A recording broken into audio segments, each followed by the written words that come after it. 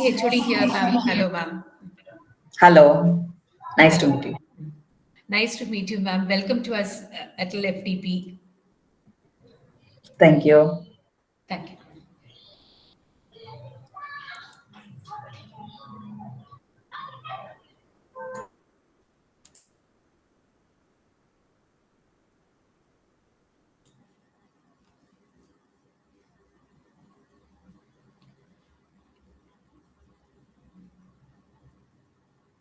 Good evening, ma'am. Karthikeyan sir arrived. Sir, I'm going to introduce her, sir. Okay, ma'am. Okay, ma'am. Thank you. Okay. A warm good evening to one and all co-present here. On behalf of PSNA College of Engineering and Technology and Department of Electronics and Communication Engineering, we welcome you all for the Day 5, Session 9 of ATAL sponsored 6-day online faculty development program on artificial intelligence techniques in VLSI design. Now I kindly request Dr. M. Triveni Madam, Associate Professor of ECE and Co-Coordinator of the program, to introduce the chief guest. I welcome you, ma'am. Thank you, sir. Welcome, ma'am. I'm pleased to introduce Lavanya Jagdishwaran, ma'am, for this session. Lavanya Jagdishwaran, ma'am, is an experienced technology leader and entrepreneur currently serving as CEO and founder of Vyoma Systems. With a strong background in VLSI design, system architecture, and process technologies, she is also the RISC-V ambassador for India and RISC-V International, where she advocates for the adoption of the open source RISC-V architecture in India. Lavanya has a diverse career spanning roles at leading organizations like Rambus and ARM, where she worked on high performance computing and verification of processor designs. She also serves as a senior project officer at IIT Madras, contributing to research and development in VLSI domain. She holds a master's degree from IIT Madras and bachelor's degree from Prince Sri Venkateshwara Padmavati Engineering College, Anna University. Lavanya's expertise includes VLSI design, system on chip design, and RISC-V architecture, making her a prominent figure in the Indian tech and semiconductor industries. Welcome you, ma'am. We all feel proud to be with you for the next 1.5 hours.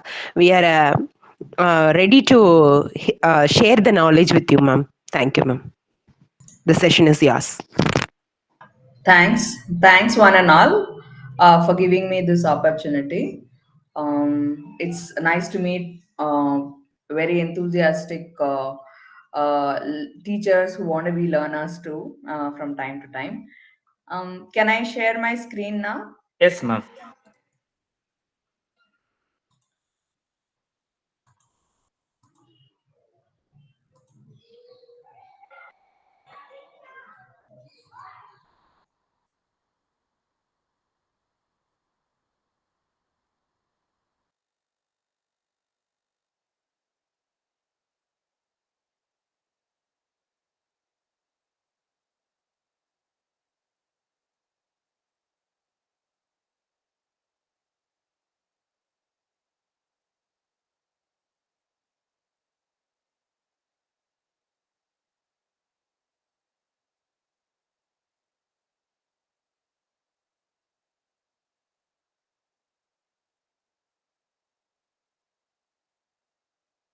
Hello, ma'am. Your screen is not visible, ma'am.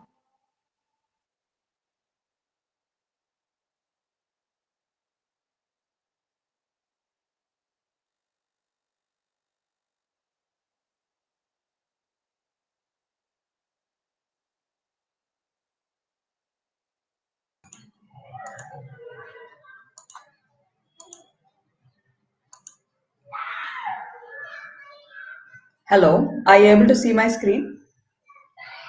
Yes, ma'am. Yeah, sorry for that interruption. No problem. Yeah, so we are going to talk a bit about what happens in VLSI domain, and in particular, my expertise is in design verification and how we can use these learning-based algorithms in our VLSI domain, in particular to design verification. So in case of any doubts, you can either ask in chat. I can address that at the end of the session, right? So we are going to talk about a particular type of processor design which goes through all the VLSI flow, and how we can improve those techniques uh, that can be used in our future generations, right? Just a bit of introduction about me. I have a combination of industry, mostly in processor domain, as well as research academic in IIT Madras. We also have a startup that has been alive for the past 3 years that caters to providing next generation solutions in the VLSI domain.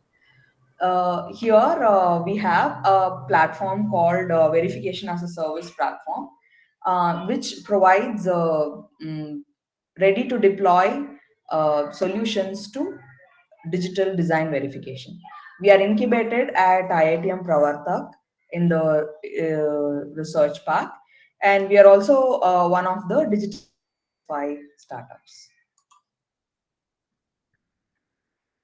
So, what we are going to briefly look at today is what processor verification means, and what is this open standard called RISC-V ISA, and how methodologies in these have been evolving and have to be adapted to the next generation market, so that we are uh, innovative as well as without compromising anything in the quality of the chips that we are producing.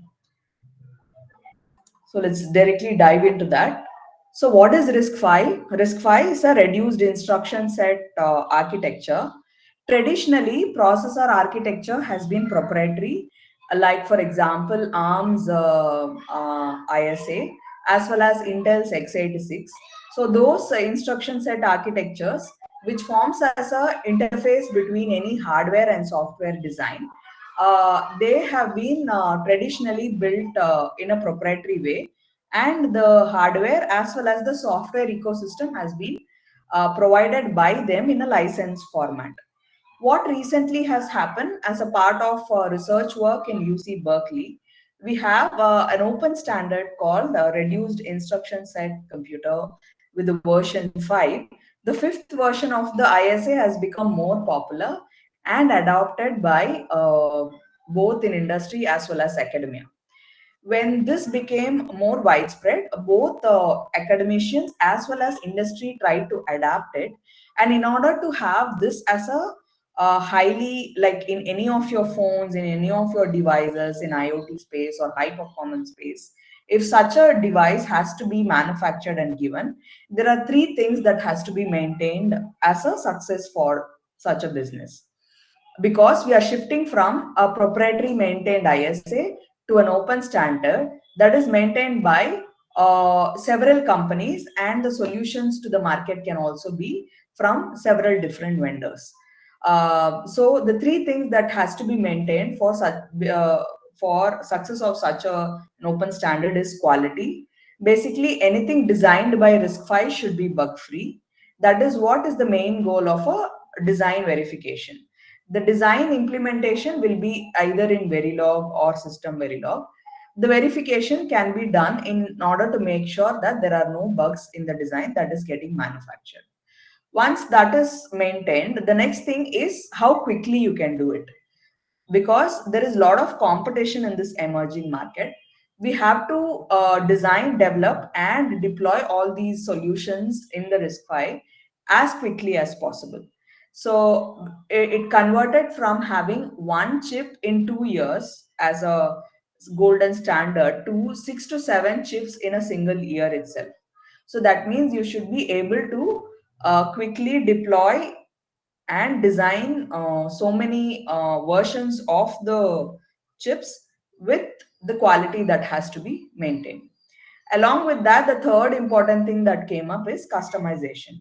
We have a lot of, if you have looked at the recent trends in the VLSI industry, there is a lot of interest in having chips, the hardware designs that are targeting AI applications. So designing hardware for AI or designing hardware security becomes a domain specific application, and these customizations also help in differentiating businesses from each other. So even though we follow a RISC-V open standard, every company will have its own customization or a secret sauce that helps them market their differentiation in the target market. So the three things that are important are quality, time to market, and customization. These pillars help make sure that the solutions from RISC-V goes to market and becomes a success. In this perspective, what do we mean by RISC-V verification? What it means for the chips that are being developed, the VLSI designs that are being coming to market, what does it affect for these three pillars in terms of verification? So quality is one of the major important thing that has to be maintained. In that sense, we have to make sure that the tests are available. Basically, any design goes through rigorous testing with regressions and coverage metrics to make sure that the regression is complete. So the quality of the test and the coverage has to be maintained properly so that the design itself is of high quality. The second thing is how we implement such a thing. When a processor designed with several billion gates of design is being verified, then it has to be made sure that all possible scenarios are exercised, stressed, and made sure it's passing. In order to do that, you need a highly scalable methodology and infrastructure so that you can run tons and thousands of cycles of simulations, so that before even it goes to manufacturing, the designs are made sure are of high quality. So the first is the quality of the test. The second is how importantly it has been deployed. The third is for the customization. We have to make sure that, let's say we have chips targeting AI domain, then we need to have verification IPs that handle such customization.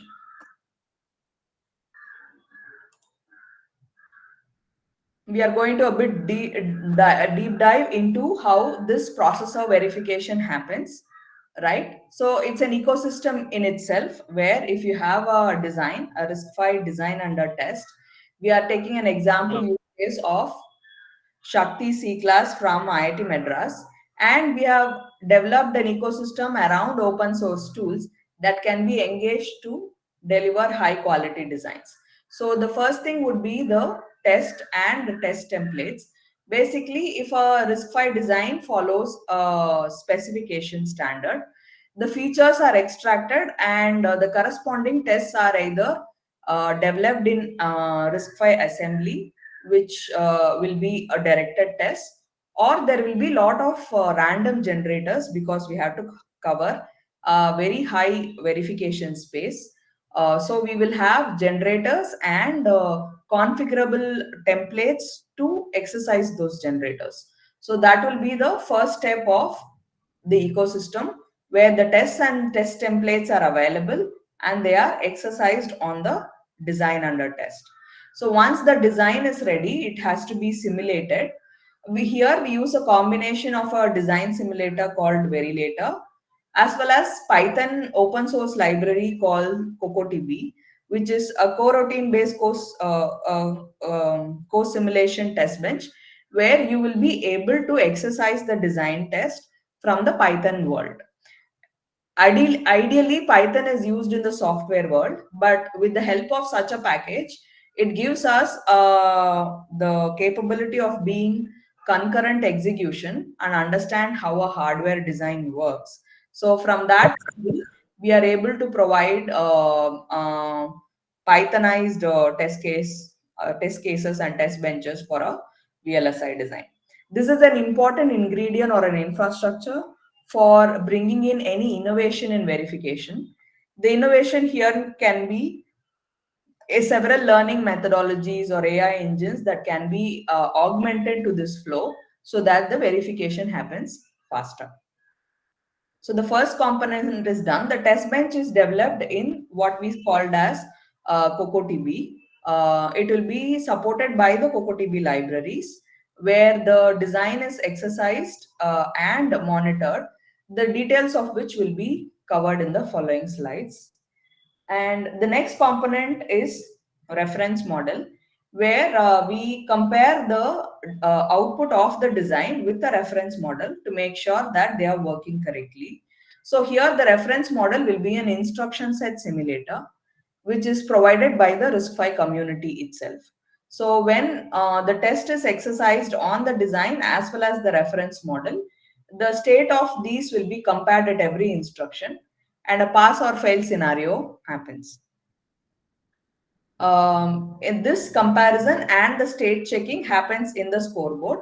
What do we mean here by a processor state is every processor will have memory elements, basically the register files, the general purpose register files, the floating point register files, and control and status registers, as well as memory elements. These all constitute a processor state at the ISA level. These are compared and made sure are working correctly at every instruction, right? So this is the whole infrastructure for checking. Once these are all in place, then we have to make sure that the test compilation happens properly using the tool chain, and the deployment of the test happens in a parallel fashion so that we can cover lot of tests parallelly. And once that is done, we have to make sure that the coverage of this test is regression is carried out properly, to make sure that we know that when the design is completely verified and taken forward.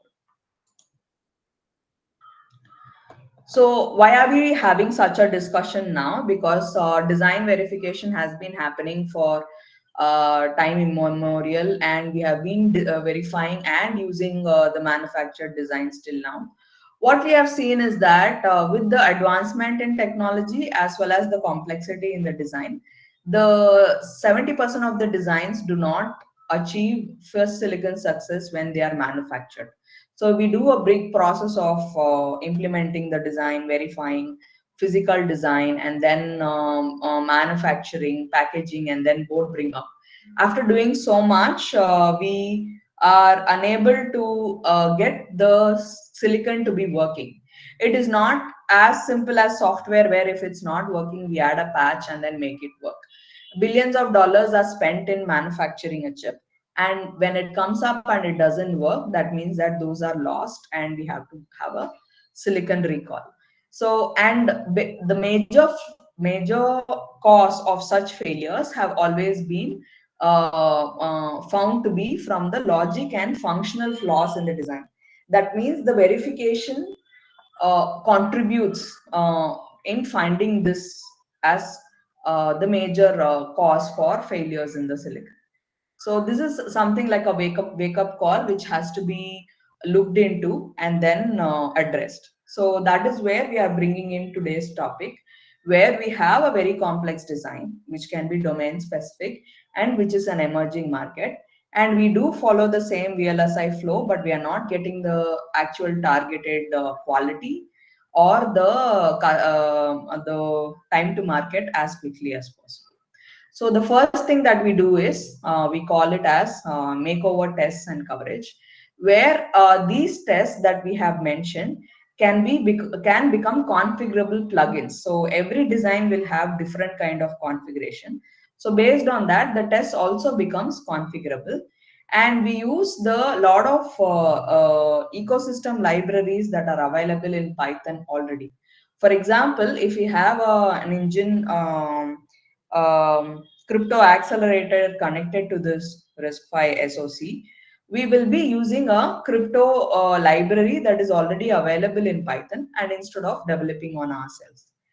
The third thing is, on top of all these things, we can also include generative AI methodologies to generate tests that can quickly cover all the aspects of the design, so that this process of generating and simulating becomes more targeted towards covering all the possible scenarios in the design as quickly as possible. So this is because not one uh, RISC-V generator can fit all kinds of scenarios, and it has to be parallelized to make sure that the regression happens as quickly as possible. So we can say that the makeover that is needed in the tests and coverage infrastructure is that we will chatbot the tests and their coverage. So most of it will be machine learned, and then the deployment also becomes in a cloud infrastructure, so that we get what stressing that is needed for the design. It happens automatically. I had mentioned about CocoTB. So the second important thing that has to be updated or upgraded for the next generation verification is makeover of the test bench. So as I said, the test bench will be written in Python, and any test bench for a VLSI design requires three or four main components. First is the constraint based randomization. So the inputs to the design has to be randomized, but it has to be in a constrained way such that the proper values that are required for that particular design is being exercised on the design. So that kind of feature is available in Python, and those constraints can be added to any variable that are being stressed on the design. So that is how we say that this feature helps in uh, the input side of the test bench. Once that is there, we have standard test bench components, basically the input driver, the monitor, and the scoreboard. Here the input driver means what we say is that the inputs that are generated by the test bench, they have to be driven as signals into the design under test, and it has all these components have to be run parallelly so that the concurrent nature of the hardware is handled. So parallelly the inputs have to be driven, and at the same time the output signals have to be monitored if there are any changes, and the comparison of the design under test and the reference model are carried out at the same time. The last but not the least, coverage definition is also possible in Pythonizing the test bench. This is where we have to define the functional coverage metrics. Coverage here basically means the metrics that will help us define when we say that the verification of the design is done. So this coverage definition can be defined using Python with cover points and cross coverage. And these are also available as part of the CocoTB library that is being used. So the first step was makeover of the test. The second is the makeover of the test bench. The more important makeover that happens is in the infrastructure itself, because the way we have to deploy so many simulation cycles, we are forced to make sure that all these infrastructure components can be automated and deployed as parallelly as possible, right? In that case, we cannot constrain it to our limitation in the infrastructure. So that's why we make sure that all these tools are used in the form of a Docker and then deployed in a cloud infrastructure, so that if in the initial stages you are just developing the test, it can be small 2-3 machines in a cluster, and then when the full infrastructure of the test is ready, then we deploy the whole thing, and then slowly the coverage related information also comes into picture, and they can be controlled in that way. So before going into the next session, do we have any questions? We can make it interactive too. You can ask any questions till now. We will be going a bit more deeper into the next set of uh, use cases for the same changes that we are proposing.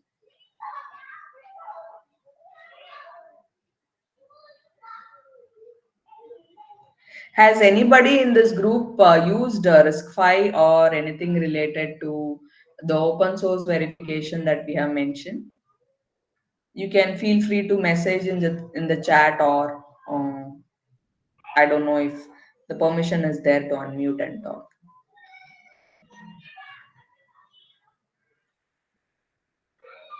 Yes, ma'am. Permission there, ma'am. To unmute it. Okay. Yeah. So feel free to unmute, or you can message in the chat. Okay.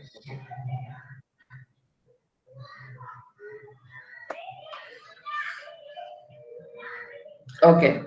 In case you need any more information that can be like a foundation for what you would like to teach, or the way you want to take it up, you can also ask me that, because we take care of a lot of interns and students from colleges.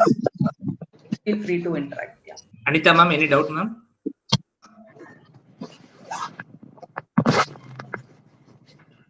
Ma'am, your voice not audible. Anita, ma'am.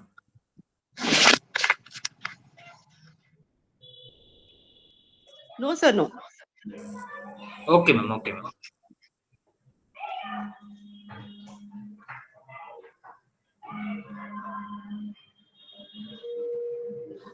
So no Ma'am, you can doubts. start. It can be as simple as this thing. So you don't need to hesitate. I will continue, but you can feel free to stop me at any point and then have clarification or any suggestions or inputs you need for augmenting any of your teaching or learning in this domain. You can feel free to let me know. Yeah. So what we have seen is, till now, we know that there are complex designs that are being developed in the industry, and there is a focus on semiconductor to be a more self-reliant within the country, and the skill development that are needed for having such designs to be developed, tested, and manufactured within the country. So for that, in the aspect of only the design verification, we are proposing three pillared approach, where the designs, the tests for the designs have to be augmented with generative AI techniques, and the test benches have to be Pythonized. So we had come up with this kind of infrastructure basically, so that the students and the early engineers can easily adapt to the language quickly, and we just have to develop them in the aspects of hardware design and verification. So that has helped us in our productivity, and the generative AI techniques generally brings in more efficiency and automation in our stressing of the design. The third is basically for scaling up. If there are several designs that are getting manufactured every year, then we have to maintain a contained scale, which can be controlled using a cloud infrastructure and the dockerization of that. So a lot of computer science concepts and infrastructure get overlapped in having this VLSI domain move into the next generation. So what we say is the ultimate outcome of such activity is ensuring high quality designs, but with made over verification techniques.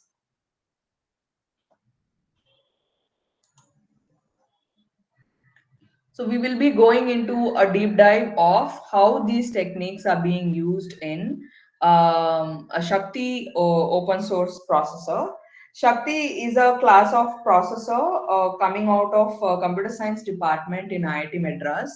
There are several classes of RISC-V designs itself, and one of them is C class. So traditionally, how we go about it is, anybody who has developed interest or expertise in computer organization, computer architecture aspects, the VLSI side of it helps them implement those concepts in a hardware description language, and then we take that as a VLSI flow for the same.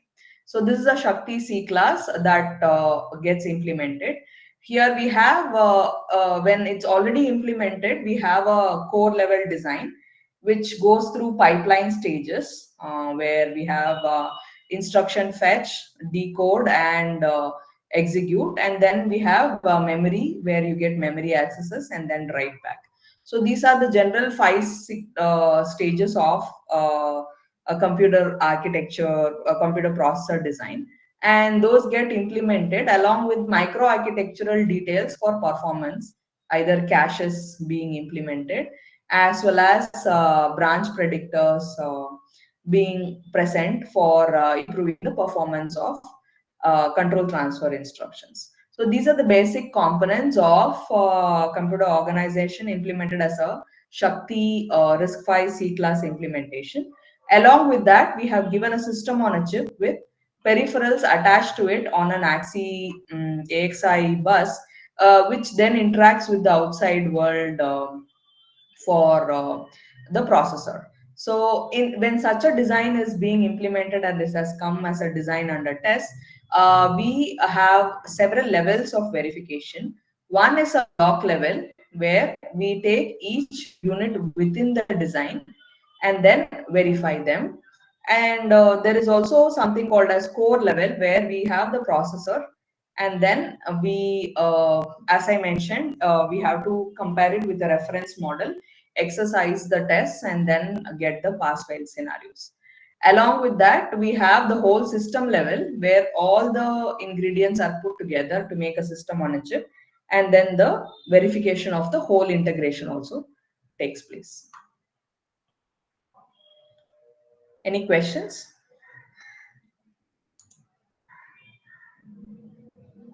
No, ma'am. So we are going to see how the concepts that we have learned as test benches, and other things, they get implemented for such a design, and how we parallelize it using learning techniques as well as automation, so that the productivity of such a implementation or such a flow can be adopted.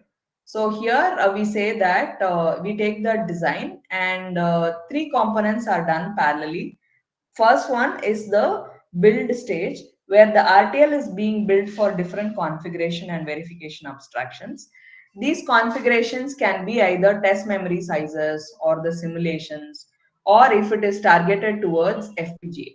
So it is independent of running the test. So you can first prepare the design so that it can be ready for different ways of testing.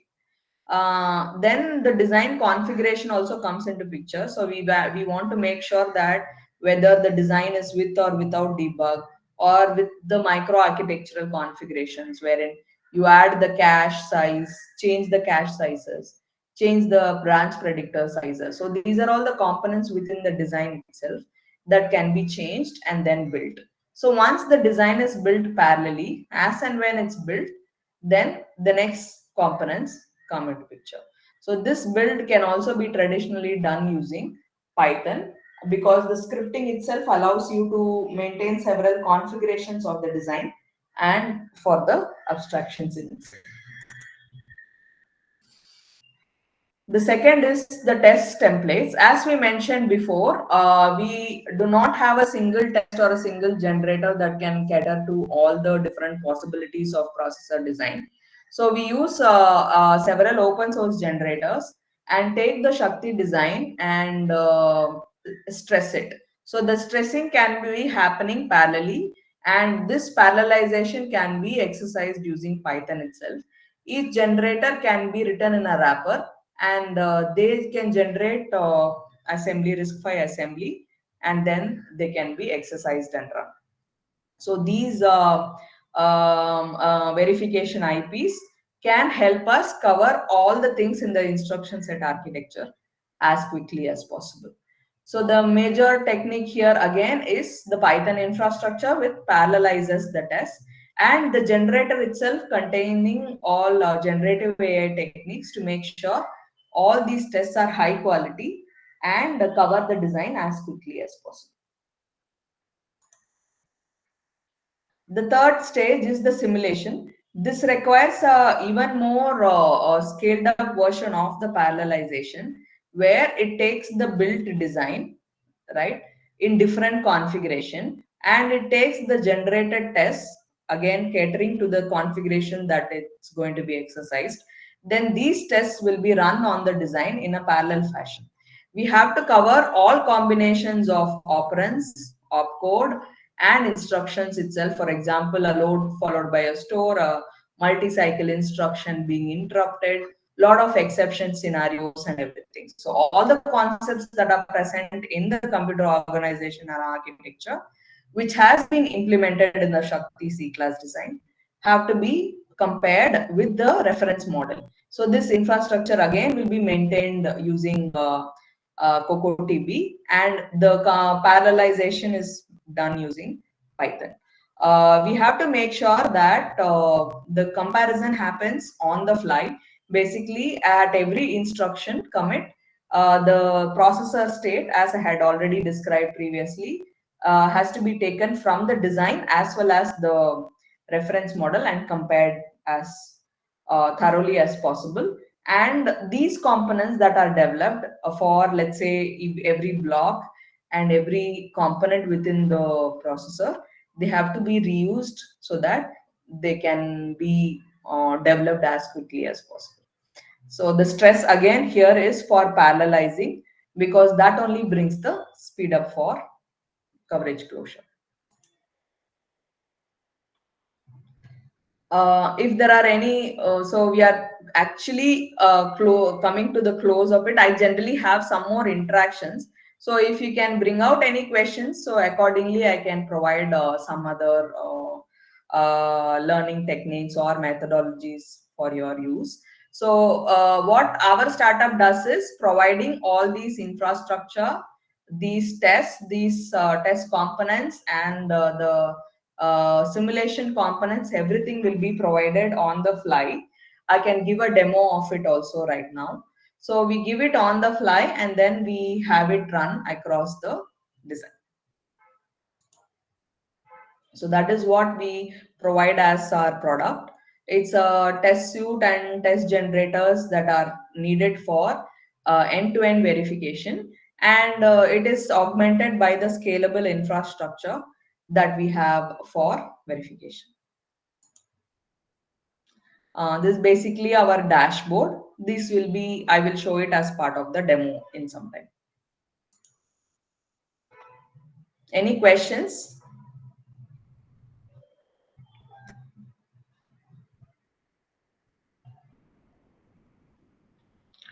So if you want to know more details or more access to the technologies that are evolving in RISC-V, you can attend our Digital India RISC-V Symposium that will be happening in March 2nd and 3rd in IIT Madras Research Park.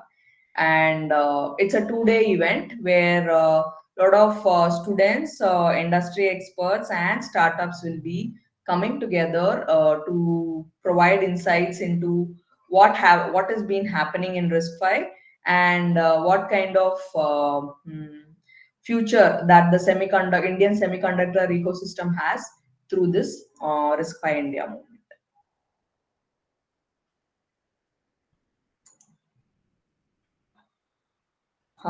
If there are no questions, I just would like to share a small demo and then we can again take up. Yeah, I'll just simulate one example and show.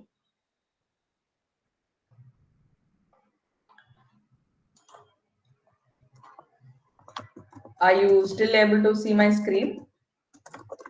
Yes, ma'am.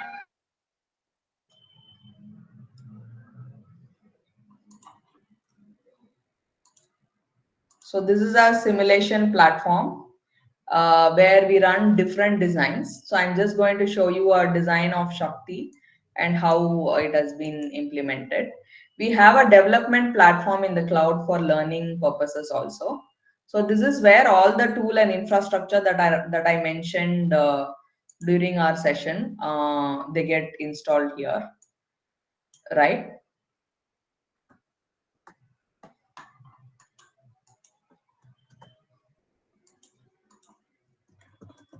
So I have already taken the Shakti C class design. As I mentioned, we were looking at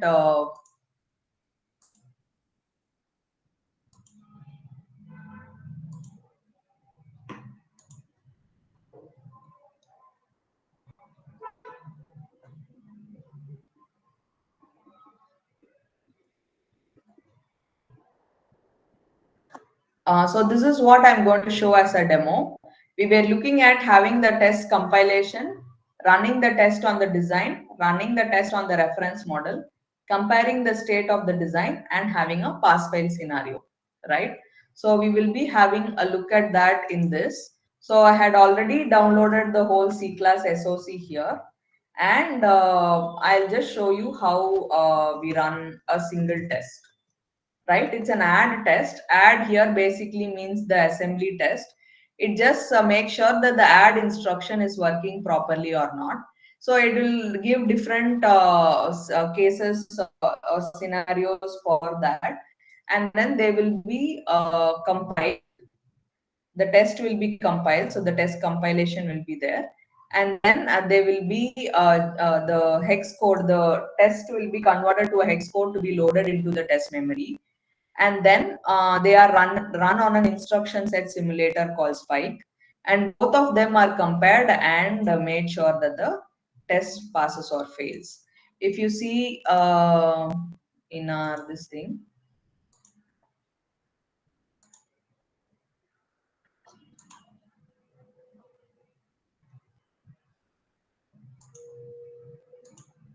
so this is the test that has been run. So like that, around 250 tests are there here already developed. This is just a one set of simulation that is being done. So several thousands of such tests will be run.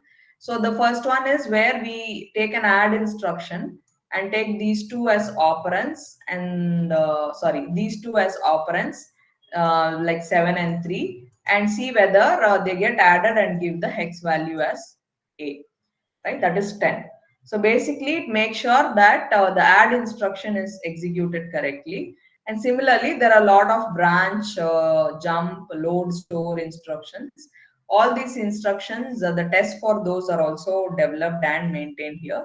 And they can be regressed and continuously run using the same technique. So every test will go through the compilation phase, and the ELF will be generated.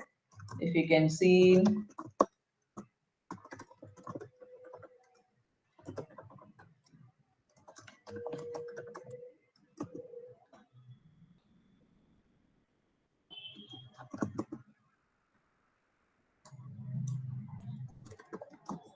so if you can see the scenario, so the test binary has been compiled and developed. The disassembly for that is also developed. So if you can look at it here. So this is called a work directory. So when the test is compiled, then it is compiled and put in these memory locations. And this is the 32-bit instructions or 16-bit instruction according to the RISC-V specification, and it is there mnemonic. And these are the instructions that are being loaded into the, so if you consider a single test scenario, this is loaded into one operand, and the other value is loaded into another operand. The add instruction is executed, and then it is compared with the expected results. If it does not match the result, then it goes to fail case. If it matches, it goes to the next test case. So this way a self-checking test case has been written, and this is being exercised for all instructions, all types of instructions that are supported by the RISC-V ISA. How do we make sure that the design is working correctly? So we take what is known as RTL dump and what we call spike dump, where for each instruction that got executed, we take the instruction mode in which it is running, and also the PC value, the program counter value, and the instruction that got executed. After its execution, what did the instruction change? So basically, this is the processor state. So this will be taken care, and then it will be compared with the reference model. So this comparison helps make sure that the design is performing as similar to the design, as similar to the design, right? So once all the comparison passes, then we say that the test passes. Similarly, we exercise it for all tests. Any questions? Any questions, participants? So this is one way of processor verification. The other way is exercising the design with a UART. As I said, there is system level verification also. So I will show the demo for that too, where the processor is connected to a UART, and we have to make sure that the interaction is working correctly. So what we do is we have written a CocoDB test bench where the transactions to the UART goes properly.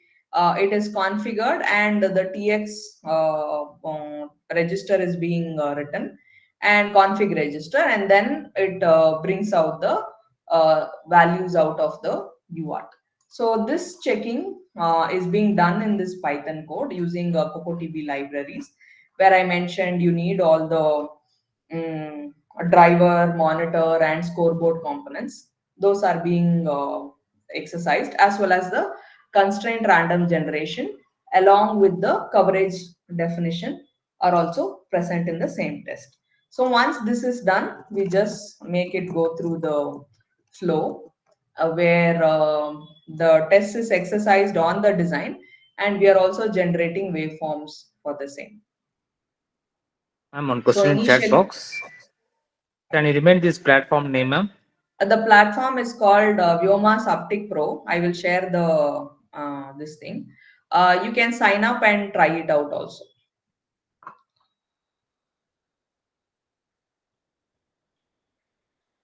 So this is how the transactions run. It is not free, so we are running a startup. It has a subscription model, so please look at it before trying to use it. If you are interested in having it as part of your curriculum or your lab course, we can make it available through our community too. You can get in touch with me for that. So once this is done, you can see that the simulation has completed and the pass fail scenario has happened. We will be then debugging or looking at the waveforms also, because as a hardware engineer we should be comfortable in looking at waveform scenarios and everything. So this is the waveforms that came up for the whole SOC. Since we did a UART transaction, we are just putting all the AXI transactions in the window, and then we will make sure that the transactions to the UART happened correctly, and then we will see the S out, and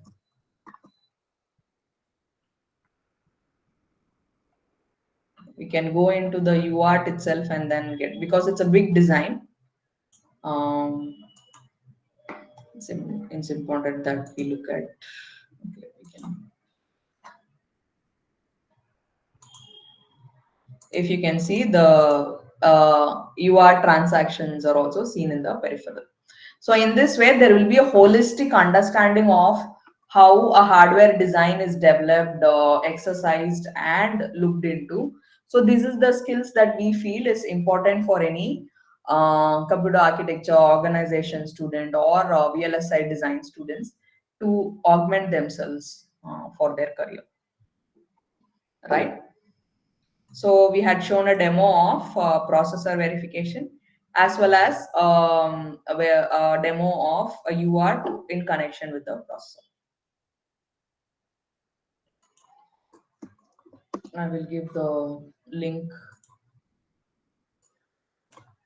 I'm just putting the link to the tool in the Chat box. yeah. Any questions? Schematic is not available in this. It is more into front end VLSI design. It's Verilog design and it's simulation.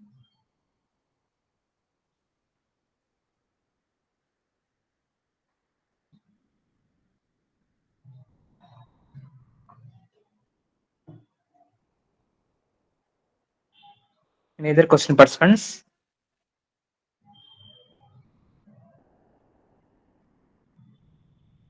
Okay. Lavani ma'am, can we have one group photo session, ma'am? Okay. Participants, kindly switch on the camera. 1 second.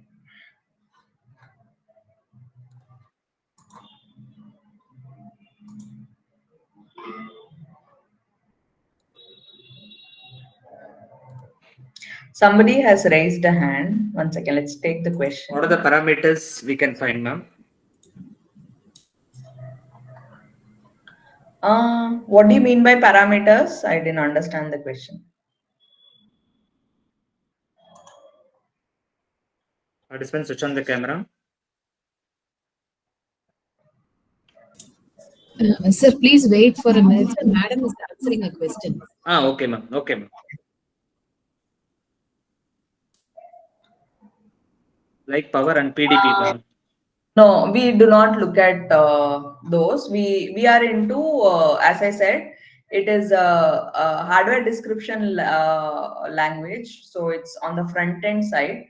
We have till simulation based verification. So we do not bring in those into picture yet. We have front end design and front end verification. Somebody raised a hand also. Thank you. Participants, switch on the camera.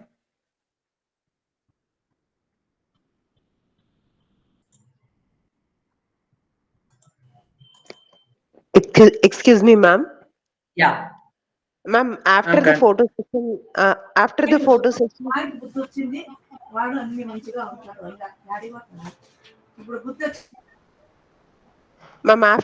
session, can you give us some idea about how to guide the students in the area of startups and placements, and how to bridge the gap between academics and industry, ma'am, in the field of sure. Thank you. Yeah.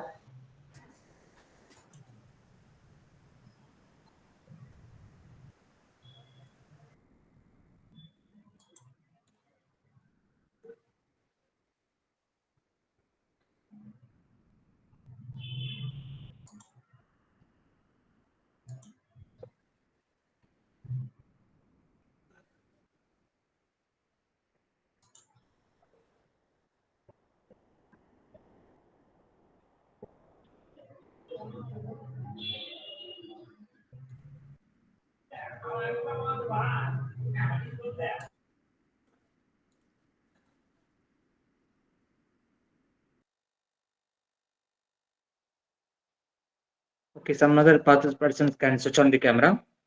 Just go on the camera. You can off it. Paranisamy sir, you can off.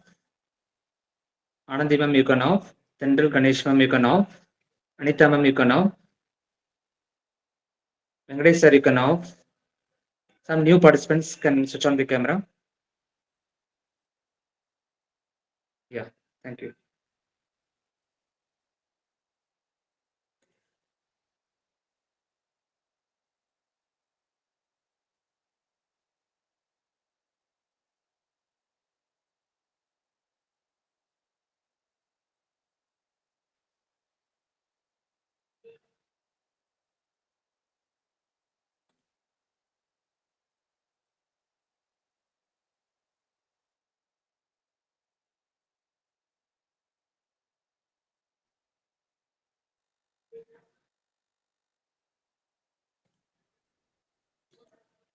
Thank you.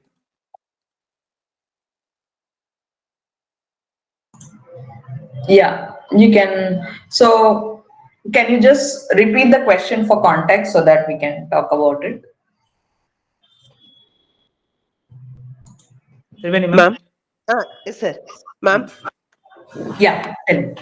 Ma'am, uh, we need some ideas how to involve students in startups and how to bridge the gap between industry and academic when they are going for a because we are lagging in core placement when compared to software IT placements, ma'am.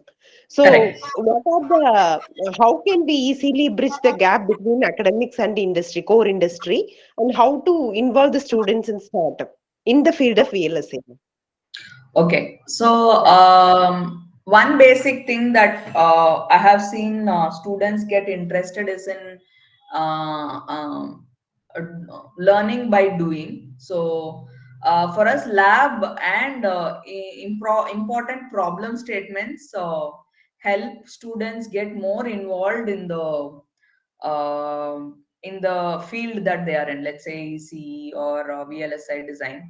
For that, the basic foundation has to be strong. So as part of the coursework itself, let's say computer architecture, computer organization, Verilog design, and just assuming based on my undergrad and grad courses. So in all those courses, bringing in more importance to assignments, projects, and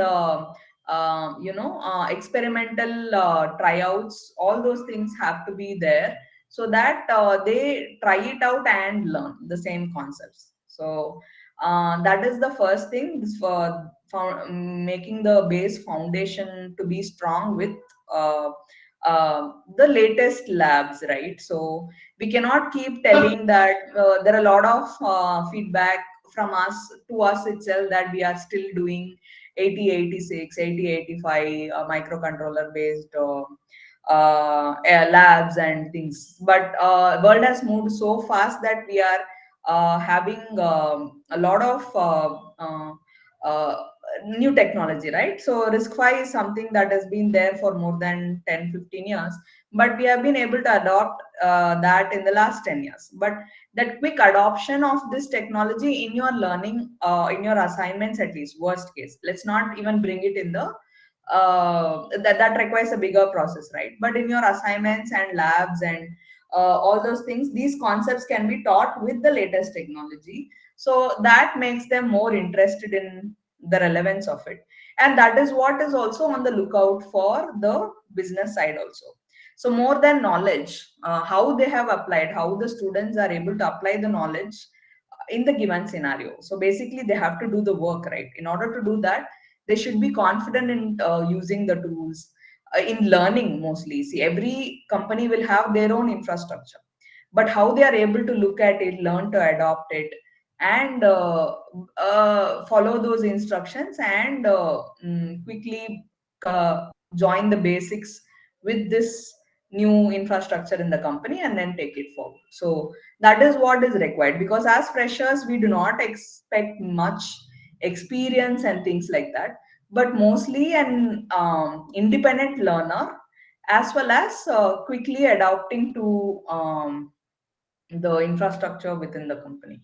From the startup angle, so from hands on itself, if they look at interesting problems, right? So basically startup is nothing but solving problems for a particular group of people. Those people, if it repeats, they become the repeat customers, right? The paying customers. So for a business or a startup to succeed, you need to have a problem that is there, and they are trying to solve it with their own technology or different innovation they want to bring in. So for example, as I said, here in this field, the design complexity or the verification takes a huge amount of time, right? In that we can use these AI techniques, the learning methodologies, so many algorithms are coming, right? So we need to have a domain expertise. Simply having some algorithmic understanding of what different artificial intelligence techniques are does not help in any way. The more important is having a domain expertise in computer organization or architecture or any form of VLSI design, and with that expertise combine it with your computer science knowledge of AI or whatever is coming up as generative AI, new technologies that are coming up, right? Apply those on these domains. So that is how you bring in interest to the students. You cannot, we ourselves as teachers or business people or an employer cannot sustain or maintain the interest of the coming generation without providing something challenging to them, right, and interesting, and is of value to their career. So as academicians you have the freedom to build those problem statements, right? You can give it as a project, try these AI techniques in this field. So for that they have to understand that field and try to apply how this AI helps in one particular problem in that field. So those can become interesting problem statements, and that they can go and explore and then do some experiments, find out the infrastructure tools. So they should be willing to learn. So that is a given. That basic, I mean, if it is being done for marks and other things, it will not work. But if it's something that they say, okay, it adds value to your career, so such projects in your resume, seeing as a working project. So now people understand, right? There is a lot of open source work. If you make your code, if you have done some project, you have made it open source and you have made it available, people quickly evaluate that and give more importance to that than the questions that you answer during interview. So that is how we see, right? So we, if we recruit people, we look at the base foundations are all there from all colleges, right? So that is a given. What extra have they done? Not extra, as part of that itself, how they have applied it. So that is what we are looking at, and in terms of more hands-on is what we look at. So those problems itself, the solutions becomes the startup's journey. So if they see that that problem can be present in a lot of customer places, then their solution goes to different customers and you make it paid, and that becomes your startup journey. Thank you, ma'am. There are some questions in chat box, ma'am. I'll just look at it once. The first Thank you, question: ma'am. Thank you, how ma'am. can the Thank machine learning be applied to the automatic verification of VLSI circuits? Yeah, as I said, verification itself is a time consuming process. So we generate tests and then we run it on the design, and we make sure the design is verified completely. So these are all the job to be done.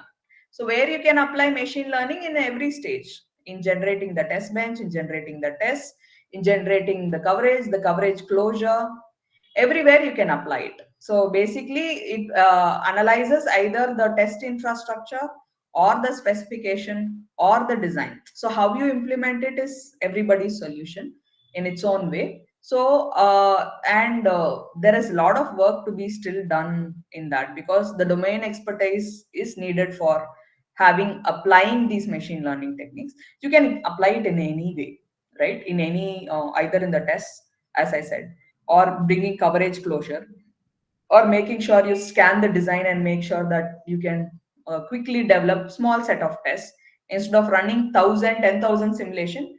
Can you cover the whole this thing in 10 or hundreds of tests? That itself is a speed up, right? So the technique, how you apply, you can do it anywhere, any part of the design. I will myself read the question. Yeah, So okay, ma'am. can deep learning models predict fault coverage or critical paths in a see, AI is something that is common. Where you apply, how you apply is the crux of the matter. You can apply anywhere. So that is the answer to your question. But it's not so very straightforward without understanding how you want to, what is fault coverage and what kind of ways you can predict it. So first, you should make sure you can do it manually. Second, automatedly. The third would be the learning model, to my uh, way of thinking. How does AI improve fault localization? Basically you need to understand how you do it manually, right? It all starts with how do you do it manually? How do you localize the fault? How do you diagnose those faults, right? Once you understand that, you automate it.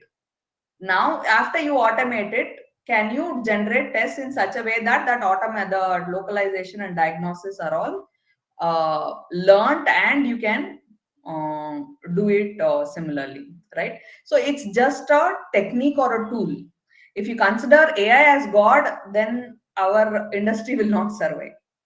You should consider it as another way, that the foundation is VLSI design, computer architecture, computer organization, fault coverage, understanding fault diagnosis, post silicon testing, tests, ATPG generation, diagnosis of faults, their localization. All those things are core methodologies. AI is just a tool. How you want to apply, you only have to experiment it in different ways and see whether it makes sense. Because a simple automation can also solve your problem. A simple learning technique can also solve your problem. You don't need to bring in full, like killing a mosquito with a bullet, right? AI has its own overhead, if you can understand. It has its own performance overhead, as well as the infrastructure is very costly. So you need to make sure that where you're using, more importantly, how you're using it. Can AI assist in predicting power? Answer for all your questions are yes. Okay. I think it looks that way only. So AI is a tool. It's like, can computer science be used for VLSI? Can it be used for generating tests? Can it be used for diagnosis of the failures? Everywhere computer science concepts can be used, right? Similarly, artificial intelligence is a branch of that computer science which can be used in different ways, right? The source lies in how you use it and whether it really improves, right? That is the major question. So you do it manually, you do it automatedly, and then you do it using learning techniques. Whether those learning techniques and AI techniques improve your life, that if you're able to prove that, then that is your solution.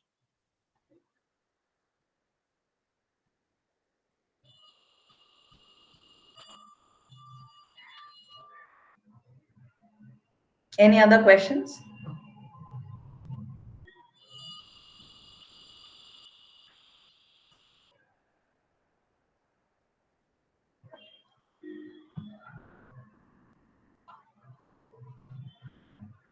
What are some state-of-the-art AI tools and platforms available for VLSI verification and techniques? There is nothing as of now. You can develop one. We are trying to build a platform for the next generation verification for ourselves and for the RISC-V particular type of design. There are few experimental ones. I can share links to you, but they are in mostly FPGA based acceleration, and AI also. Yeah, few companies are doing, but you have to evaluate what they are doing. So it can be a chat, it can be a chat GPT for uh, a chat GPT for VLSI. So I don't think that actually adds any value, but we have such tools available in the market.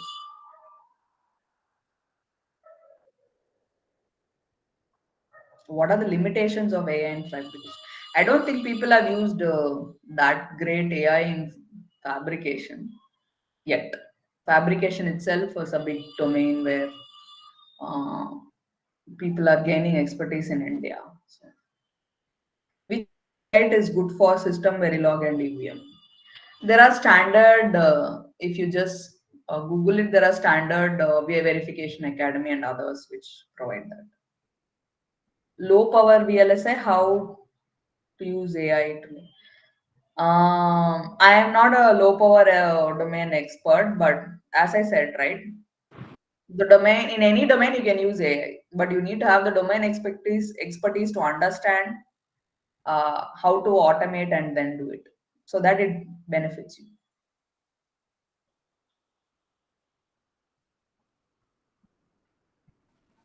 Okay, participants, any other queries?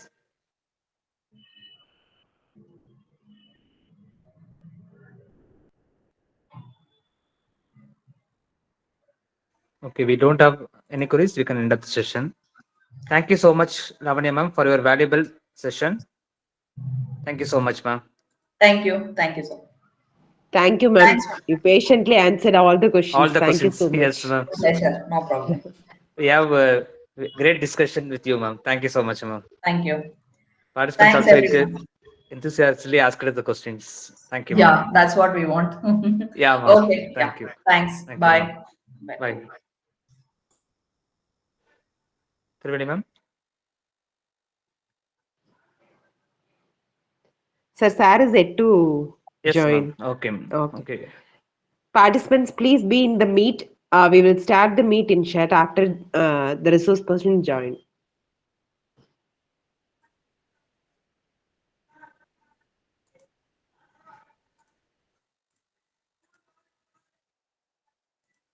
So tomorrow the session starts by 2 p.m. Uh, so all of you, please join by 2 p.m. We have three sessions. First 2 to 3:30 and session 11, session 12 from 3:30 to 5 and session 13 from 5 to 6:30. And by 6:30 we will have the test. That is, we have to write a test in which the score should be 70 percentage to get the certificate. So to get validated, we have to get an attendance percentage of 80 and test per mark, that is test per mark should be 70 percentage, minimum of 70 percentage to get the certificate from ATAL. So ATAL is going to provide the certificate. So this should be, the recording should be sent to ATAL. So by monitoring the attendance and marks, they will provide us the certificate. And you have to submit there is feedback in ATAL portal. So by 6:30, we will wind up the sessions and we have to get ready for the test. So in the test, you will have 25 questions. All are MCQs, multiple choice questions. And out of 25 questions, that is, you have to answer the 25 questions in 1 hour, 6:30 to 7:30. And And also you have to tomorrow we have submit a the feedback feedback. session. Yes, ma'am. Oral feedback should also be given by the participants. So we will have mostly we will have the feedback session by 6:15 to 6:30. So the participants, please be ready to give the oral feedback. So you can give the positive as well as negative feedback. So the positive feedback will encourage us, and negative feedback will be helpful for us to improve us in the area in which we are lagging. Yes, madam. Tested in ATAL portal only, ma'am. No Google form. We'll post the questions in ATAL portal. Yes, Tomorrow sir. at 6:30, it will be get enabled. You can take the assessment and as well as the feedback in ATAL portal after 6:30, but you have to submit the test before 7:30. Yes, Then ma'am. only it will get validated. So by Yes. 6:30, you can you can leave the meet and you can log in the ATAL portal and you can take the assessment as well as you can submit the feedback. So after uploading all the things, you will get the certificate in a short duration. If you have any queries regarding this, you can ask.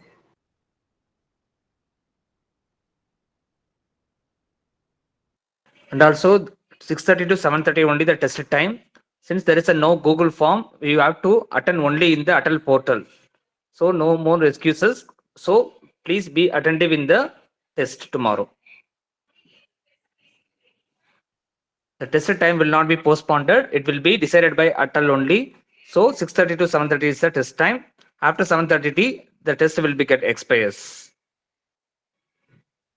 You have to attend the test only in the 6:30 to 7:30 duration only. So please be free in that time in order to attend the test.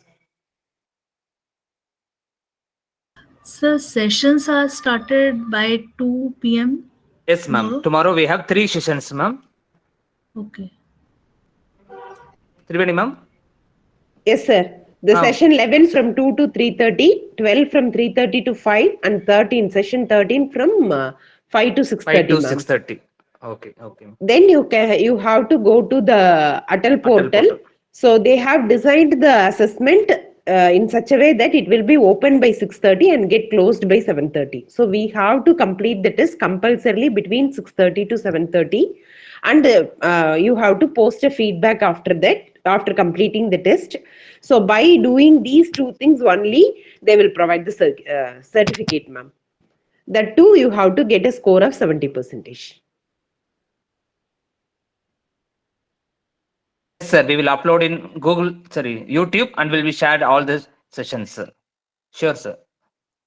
We have posted 3 days sessions, sir, already. All the recordings will be shared in the YouTube, and all the materials will be shared in a Google Drive to all the participants. Thank you, ma'am. Manikandan, sir, join it.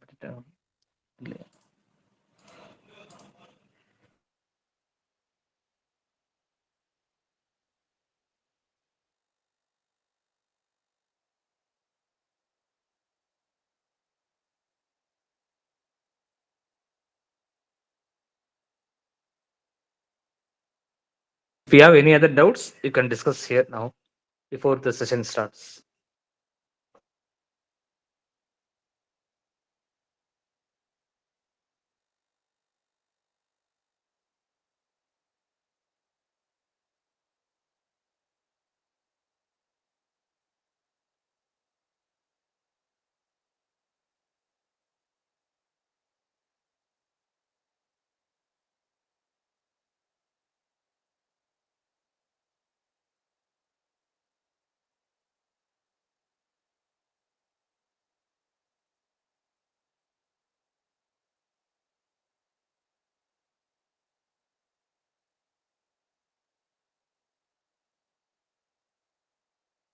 Hello, ma'am. Yes, ma'am. We have to open ATAL portal Yes, ma'am. by my login. My Yes, login. ma'am. In your login. Or in that login, we have to go to the assessment Yes, ma'am. Yes, where ma'am. we get the paper. Yes, ma'am. Okay, We will right. submit the questions to the ATAL portal. It will be open on 6:30 p.m. tomorrow, ma'am, so that you can answer the questions. Okay, ma'am. Ma'am, in your login, in the left hand side, you'll have assessment and feedback tabs. So by Yes. opening the assessment tab, you can complete the test and you can submit it. And after submitting the test, you can open the feedback tab and you can submit the feedback to ma'am. So in the feedback, it will be asking for Source person the name. two resource per names. So you can be ready with that, ma'am. So out of Okay. 13 sessions, they will be asking for which are the sessions you enjoyed most and who are the experts uh, whose session will be admiring to you. Like that, they Okay. will be asking few questions, ma'am. Okay. Okay. Okay, ma'am. Thank The you. names are available in the schedule also. The correct names are available in the schedule. You can refer the schedule for. We will share the schedule also in WhatsApp group so that you can refer. Okay, ma'am. Ma'am, Thank one you. more question in chat box.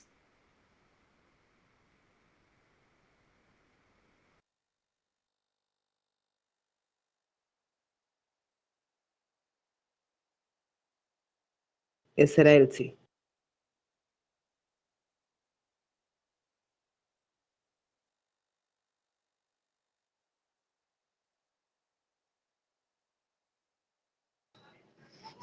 Sir, the questions are based on the sessions, but it will be a little bit easy, sir. How to use AI techniques for VLSI. Not in depth. It will be in the. It will be a little bit easy. Everybody can answer.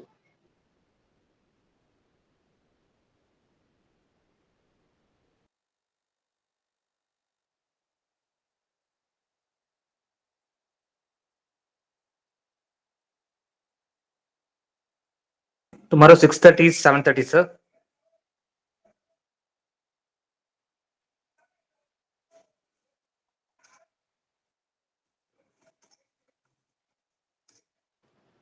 Sir, we can also share the timings in the Yes, ma'am. WhatsApp group also, Okay, sir. ma'am. Sure, ma'am. Thank you.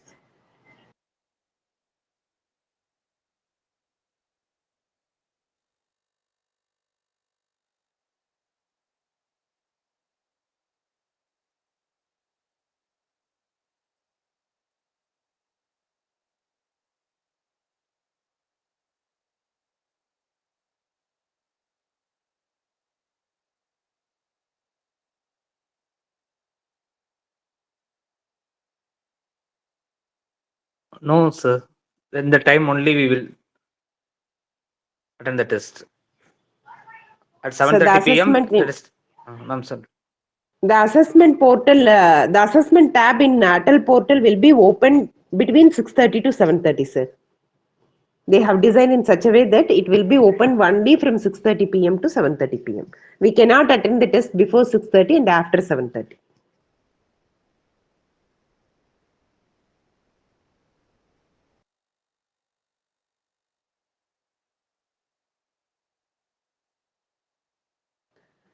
They are strictly adhering to the schedule, sir. The schedule cannot be changed in any means. Okay, sir.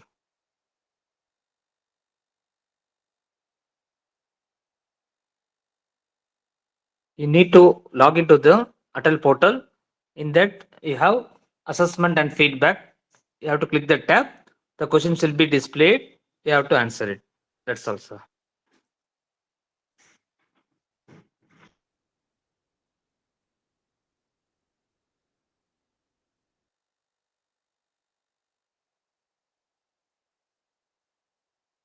Okay, sir.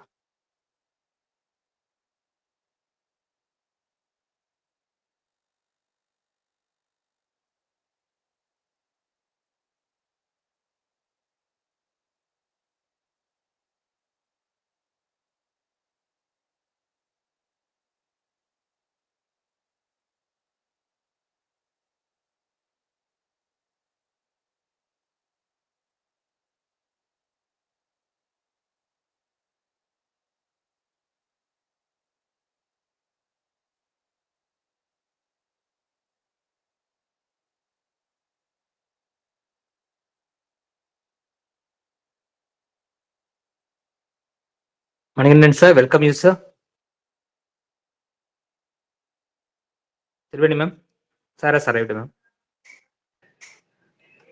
Good evening, sir. Welcome, sir.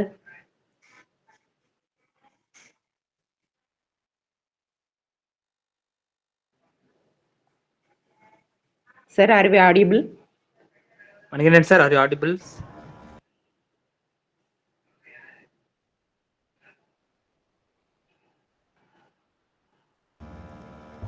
Can you hear me? Yes, sir. Yes, Ah, sir. yes, sir. Now Yeah, it's okay. yeah, can hear. Yes. Good evening, sir. Good evening. Welcome, sir. Good evening, Good sir. evening. ma'am. Good evening. Welcome, sir. Yeah, thank you. Ma'am, can we start, ma'am?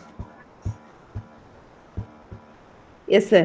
Okay, ma'am. One Good, second, ma'am. good evening, Dr. Manigandan, sir. Good evening, sir. This is HOD EC here.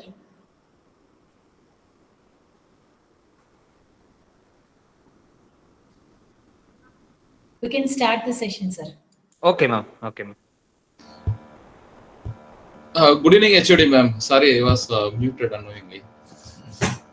Okay, sir. Okay, sir. Okay, sir. It's okay, sir. Good evening, sir. Welcome, sir. A warm good evening to one and all co-present here. On behalf of PSNA College of Engineering Technology and Department of Electronics and Communication Engineering, we welcome you all for the Day 5, Session 10 of ATAL's sponsored 6-day online faculty development program on artificial intelligence techniques in VLSI design. Now, I kindly request Dr. M. Triveni Madam, Associate Professor of VCE, to give the introduction about the chief guest. I welcome you, ma'am. Thank you, sir. Welcome, sir. It's my privilege to introduce our resource person for today's session of our FDP. Dr. Manihandan Nagarajan is a staff engineer at Smart IOPS with expertise in VLSI design, RTL development, and microarchitecture. He holds his PhD in VLSI architectures from Shanmuga Art Science Technology and Research Academy and master's degree in VLSI design from Anna University. With more than 13 years of experience, Dr. Manihandan Nagarajan has contributed to the semiconductor industry in roles ranging from design engineer to researcher and also acted as assistant professor. He has worked on RTL coding, design tools, and ASIC design and has been involved in various VLSI related research projects. At Smart IOPS, he focuses on RTL development and team management, leveraging his extensive background in VLSI and semiconductor systems. His work in both academia and industry positions him as a highly skilled professional in the field of semiconductor design and VLSI architectures. We truly feel honored to have Dr. Manikandan Nagarajan with us and look forward to an enriching session. We welcome you, sir. Yes, the session is yours. Thank you, sir.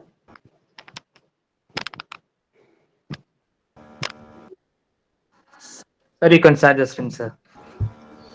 Yeah, thank you, ma'am, for a wonderful introduction. Please give me a minute. Let me take a presentation. My Okay, system sir. crashed just 10 minutes before. Just let me open up that. Okay, sir. Just a moment. Okay, sir. Please give me a minute. Sir, your audio is little bit noisy, sir. Okay. Just a moment. So let me check that too. Okay, sir. Okay, Give me sir. a Okay, minute. sir. Thank you.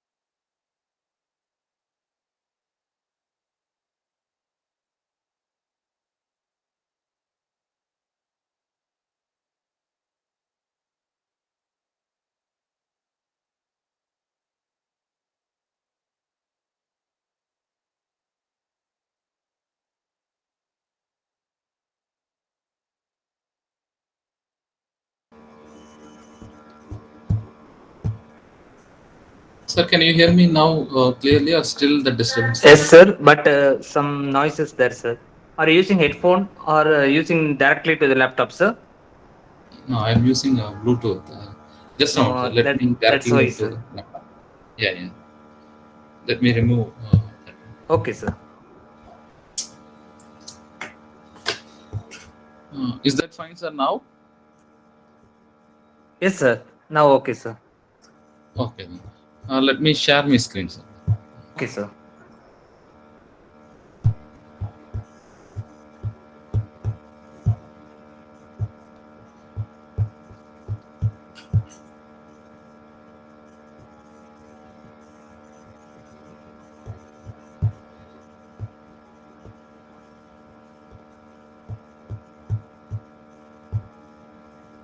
So still the noise is coming, sir.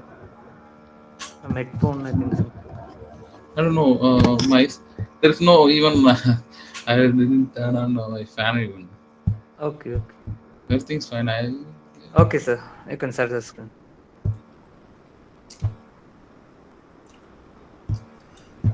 Is my screen visible, sir? Yes, sir.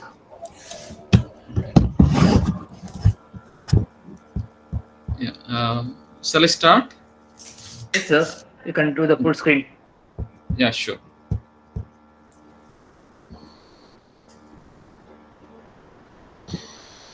Yeah, let me quickly go through this one. This is the artificial intelligence based architectural programming model in VLSI. First, let me start with APM. Then slowly let me in between I'll tell you how this artificial intelligence is going to be helpful for us. To be frank, this topic is as of now a kind of hypothetical one.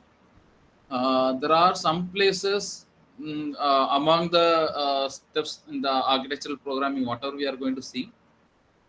So among those stages, some of the stages and all getting improvised by this artificial intelligence, but still there are a lot of scopes are there in this particular architectural programming to deploy the AI. So each and every stages can be on research topic for the faculties researchers to focus.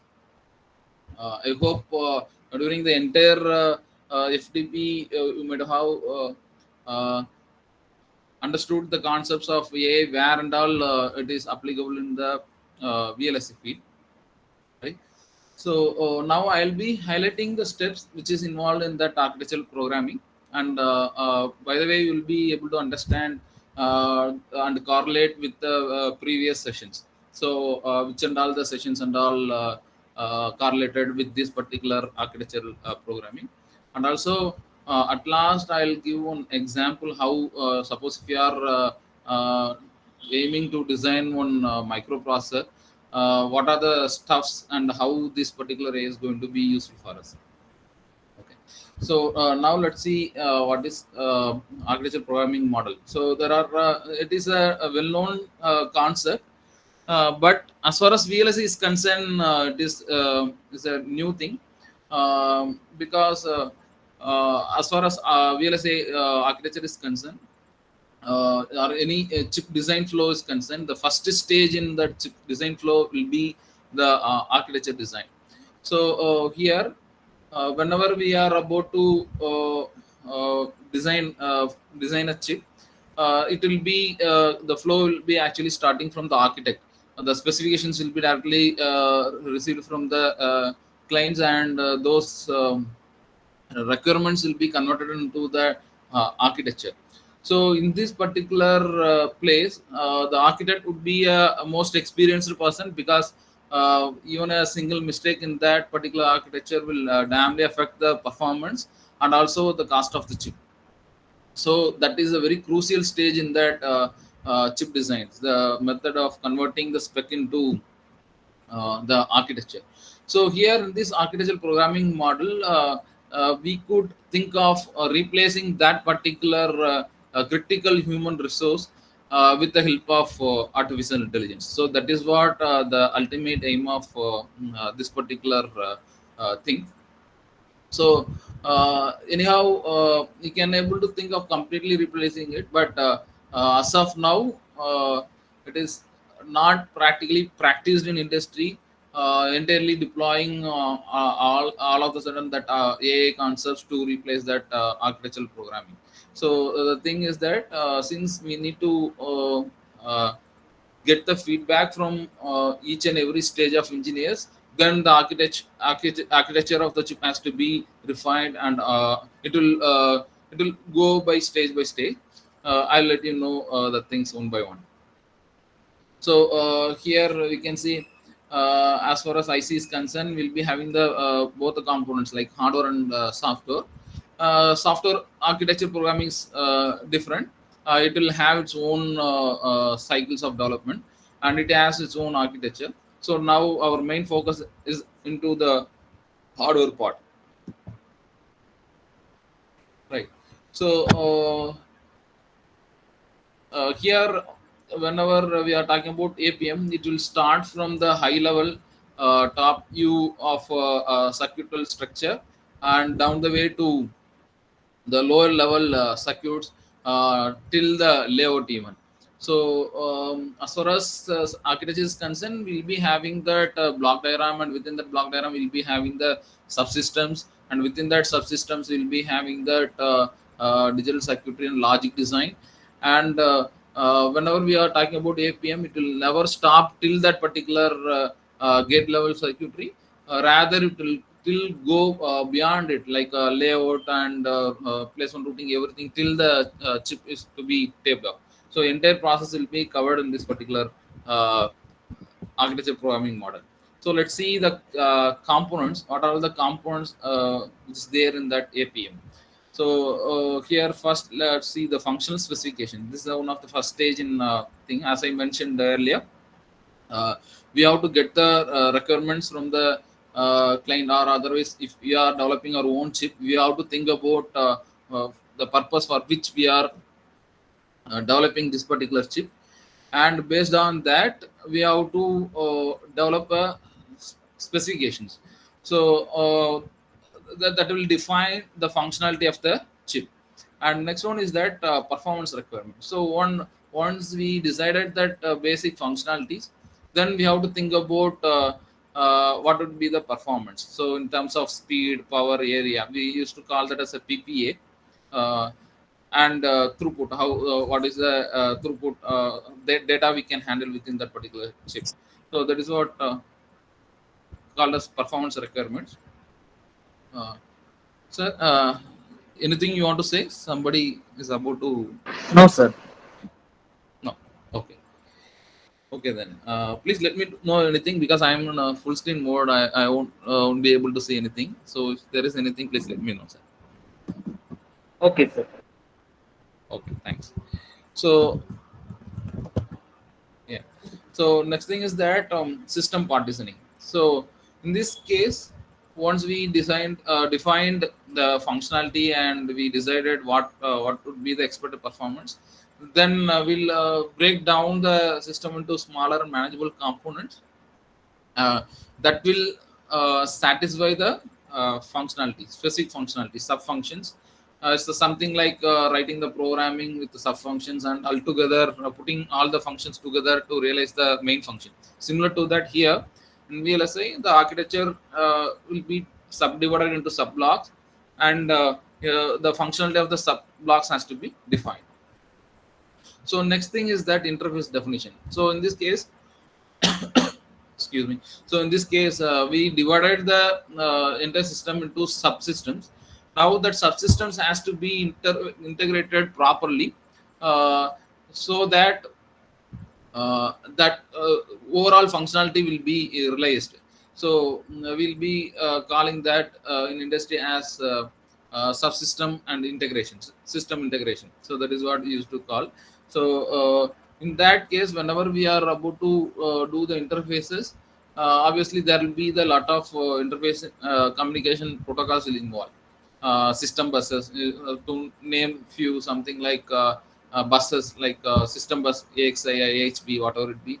And suppose if it is in the case of peripheral with subsystem, then it will be like I2C, SPI, UART, something like that. So those are the interface definitions we have to think about. And next one is the technology constraints. So now we have defined the system and subsystem also we defined. Then we also discuss about how to integrate those things. So then once the functionalities and all verified, then we have to think about technology constraints. So in which process we are going to undertake. So either 7 nanometer or 3 nanometer, something like that. So the technologies specifications and constraints need to be taken care. And then power and thermal management. So whether we are keeping the chip alone, so with a single chip you can't do anything, so it will be it will be placed along with so many ICs. So how the heat dissipation of this particular chip is going to affect other ICs, that is also we have to consider. So there will be the limitation for that power and thermal things as far as the product is concerned. Then these and all the specific design specific things we have discussed. And then we have to think about how the design is going to be validated. So during implementation there will be the verification process, of course. So after that, once it has been received as a chip, there are post fabrication things will be happen, verification will be happen. So that will be calling that as validation. And then the scalability and upgradability. So here this is that high level concept. Here we will be thinking about modularity of the design.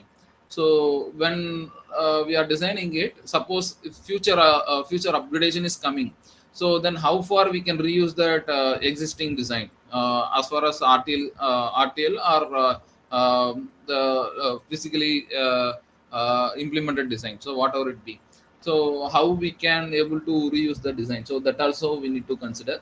And at last, so that is the cost and time concern. So how long it will take for designing, and how much cost it will take to fabricate. So these are the various factors we need to consider whenever we are thinking about architectural model. So this is not something like software programming. We can do all the things and we can test it without any loss. Of course, there will be the time complications, and there will be money involved in engineering cost for the time spending. But as far as hardware is concerned, so each and every stage is very crucial. So we can't restore. If it is something went wrong in the software architectural programming model, then we can restore and we can redo the things. But if any one of the steps is something's happened in between any one of the stages, whatever we have discussed, right? So entire chip functionality and other integration will be collapsed, and it is very costliest mistake. So we have to be very careful. So that's the reason why I told in the beginning. So it is highly hypothetical, and it will take some more time to entirely replace the APM of VLSI industry. So for software we can do, but as far as VLSI is concerned, it will take some more time. Right. Now let's see each and every steps in detail, and let me highlight where and all we can apply the AI in these stages. So my entire discussion is going to be within this particular 9 stages. So let's see the scope of applying the AI concepts within these particular stages. So right now, let's see about functional specifications. So in this case, we have to collect the requirements and we have to describe as a functionality. So here nowadays you can use a generative AI to deploy this particular thing. Why? Because it's suppose even parallel you can try. If you open the chat GPT and if you or anything copilot or whatever it be, if you want to design something, right? For example, you can tell requirements, right? Something like I want to let us take on simple example. I want to take a 2 bits. One bit has to be multiplied with another bit, and the result has to be given. So this is what the specific. This is what the requirement of the design. So that requirement will be, if you feed this particular requirement very well, any generative AI tool can able to suggest you that the requirement whatever you are given can be done with the AND function. So because here our requirement is that we have to multiply 2 single bits. So if we want to multiply 2 single bits, if that is what the specification, AI can able to recommend with some nice digital component like AND gate. So this is a simple example I am giving. So similar to that, we can think of some complicated problems too. But the functional specifications will be whatever given by that particular AI tools may not be taken directly. Why? Because is that all the 9 stages are interrelated. So what we have to do is that we have to, some human interventions is definitely needed here. So what we can as of now do is that we can get the functional specification, and we can think of other 8 stages, and we can do the feedback. So as far as AI is concerned, current AI tools are concerned, there is no specific tool which deployed that AI to collect the feedback dynamically and alter the things. So that is what the scenario now what we are having with the APM in VLSI. Each and every stage can be separately handled, but it is a huge research topic. All the stages can be done with the AI. Even I can tell you one of the thing what the industries are trying to do now. I made on chip tape out. That same company call for the chip tape out with designs whichever done by that AI. So we have to feed only use the AI tools to generate the code, and that code has to be deployed for the chip tape out. So that is what they recommend. But what was happened is that whatever code they have generated, some of them can able to submit it, but still human touch were needed to modify the code to get the things done. So that is the scenario. So here we can very well use any of the generative AI tools for getting the functional specifications. Next thing is that performance requirements. So here whatever we are targeting, that target need to be placed and this stage and functional stage will be combined together, and it will move to the next stage for subblock system design. So here, as far as performance considered, as I mentioned, power, performance, and area. That these are the three things that is what mentioned as speed, power, and the area, and at last throughput. So these are the factors we have to consider.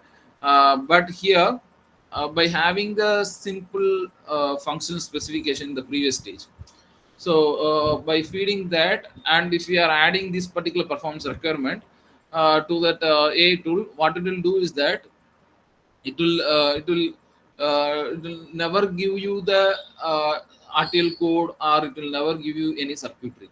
Why? Because is that none of the tool is available to generate the circuitry or RTL to meet out this particular spec. Why? Because is that after generating the RTL, of course we can generate the RTL by giving that requirements, functional requirements, and this performance requirements through any of the generative AI tools. But the thing is that though it is generating, but it won't have the measuring parameters. It won't have the tools to measure what is the speed at which that particular RTL design is going to run, or how much power it is going to take. So none of the tool is there. So for that, essentially those things has to be undergone that implementation stage, that is, I mean, synthesis stage. After that only you can extract some of the parameters. Even final we have to travel till that GDS stage, then only we can perfectly say these things, right? So the VLSI, in previous sessions you might have learned that VLSI design flow, front end flow and back end flow. So even in some of the sessions they might have informed you about the AI usage of AI in each and every stages, like a front end stage and back end stage, right? So in that case, what will happen is that these are the parameters that has to be calculated at the end. Even if we are manually doing it, at that time itself we may not able to predict. Even human beings may not able to predict at which frequency this particular RTL are going to run, or power consumption, how much power it is going to consider. But there are certain parameters we do have. What is that? Whether we can use this much registers or not, whether we want to have frequent memory access or not, how to minimize the frequent memory access, or how we can improve the speed of how we can allow maximum clocking frequency for the design. So these are the parameters we can able to feed, able to think of, and we can write the code. But they can't do this particular stage. It will perceive and it will do, but definitely it won't be an accurate one. And next one is that system partitioning. Yeah, this place we can very well utilize that AI tool. Why? Because is that there are many methods are there. We can think of graph based methods. Even let me correlate this with the electrical circuitry. We do have node based analysis method, right? We'll be having cut set and try set method. I just forgot those terms, electrical terms, because it was there in the first semester electrical engineering subject, right? So those kind of nodal analysis we will be doing, right? Node set and cut set, something like that we'll be doing. So the similar thing we can do this thing. AI will be perfectly working for this, because at which systems and all can be grouped together, and which system can be separately held. So those things and all we can very well think of, and we can feed it to the system, and we can get the feedback, because it will think beyond the human. So that is the thing. And here one of the example here is that simple example, ALU, control unit and memory, as far as the system is concerned, or any SOC is concerned. But similar to that, if you are feeding a system and its components, it will give us various uh, compositions, and which can be combined together and which can be separately held. And next one is that interface definitions. So here what we can do is that in this place we can say this is the kind of internal buses and IO planning. As far as internal buses are concerned, we have to specifically use that defined buses because there will be the specific requirements and the performance possibilities for different types of buses. So essentially, we have to use certain buses. So in this case, what we can do is that based on the nature of the system, we can write the AI model to understand about the systems and the previous thing. So the complexity in feeding those information is that each and every system, whatever available in the market, are intellectual property. So most of the chip design we won't get. So that is a hard real truth for not applying the AI for this kind of applications. So if you want to develop a AI model which could understand system partitioning and which can able to directly recommend us and you can able to generate the interfaces for connecting those subdivided blocks. So for those cases, well, that we need to feed a database of sufficient size, right? Since nowadays we are using deep learning, so we need to have provided with the ample amount of data set, then only the accuracy of the model will be getting improved. So that stage we are struggling because whatever chip design we have, none of the company will be ready to open it because all are patented. So nobody will reveal that what submodules and which interfaces we can use or something like that. So we can get overall view, but they won't disclose that entire architecture of the chip, right? Even I don't know recently what linear integrated circuit subject we have. In that, still we are studying about operational amplifier and the triple five timer, right? So those ICs and all developed even scope before 20 or 30 years, right? So still now only we are able to get the internal structures. Though if you are trying to implement the same circuitry whatever we have got in the book, right? So it won't behave like an operational amplifier. So there are a lot of other factors we need to consider. So that is what the difficulty in the VLSI industry. None of them will give the accurate circuit, right? Even you can think of, if you are referring to the LIC textbook, right? There will be the operational amplifier and the current source, right? None of the textbook will describe, or none of the tool will describe how to deploy that current source, right? Of course, there is a Razavi textbook. There we can use MOSFET as a current source, and that can be replaced. But as far as undergraduate textbooks are concerned, whatever linear integrated circuits book we are referring, right? So none of the book will describe what should be used for that particular current source. So these are the kind of difficulties we are facing to deploy that artificial intelligence for this kind of generating subsystems and interfaces. Next one is that technology constraints. So here, of course, we can able to get the data set.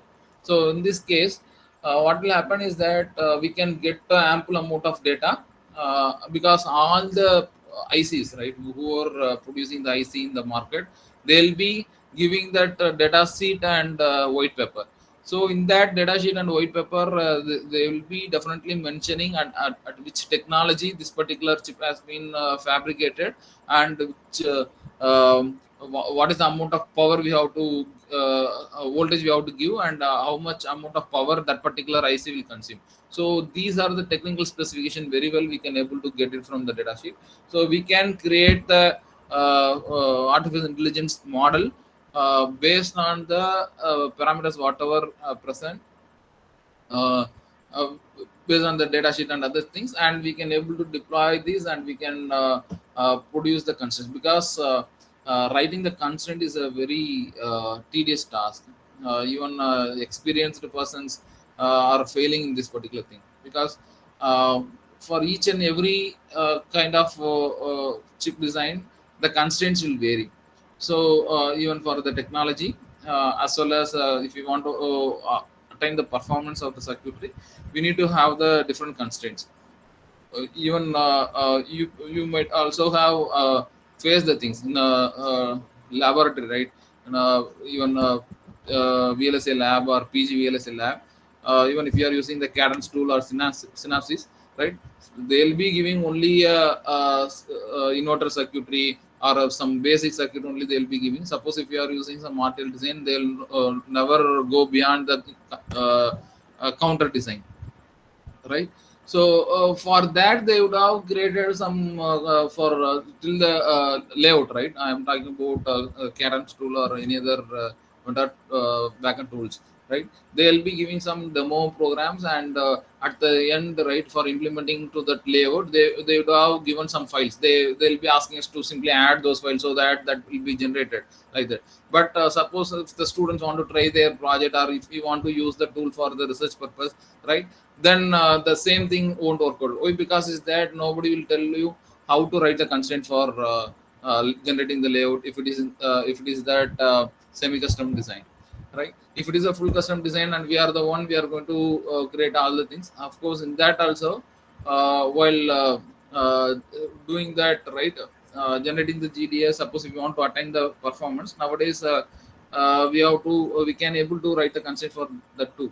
So those kind of things we have to learn for each and every technology. For 90 nanometer we have to learn separately, and if it is 45 nanometer then you have to learn it separately, and based on the experience what you have, we can write the constraints. That is a very tedious task, and this place we do have a lot of scope for deploying the AI, and companies also trying to doing that. And next one is that power and thermal management. So here, the concept called UPF, right? There are standards for maintaining that low power design. So here, very well, we can able to deploy the AI. Even nowadays, tools, whatever current synapses are applying the AI concepts in these particular places. Why? Because is that it is a well-defined standard. So wherever we do have the standard, definitely we can able to deploy that AI.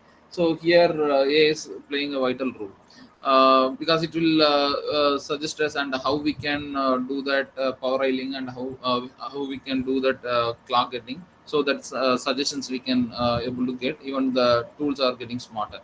The other places, even nowadays we might have noted the recent tools, right? Cadence or synapses, whenever we are doing that layout, it will show the parameter and it will dynamically give the information. So if you are using that tool before 10 years, right?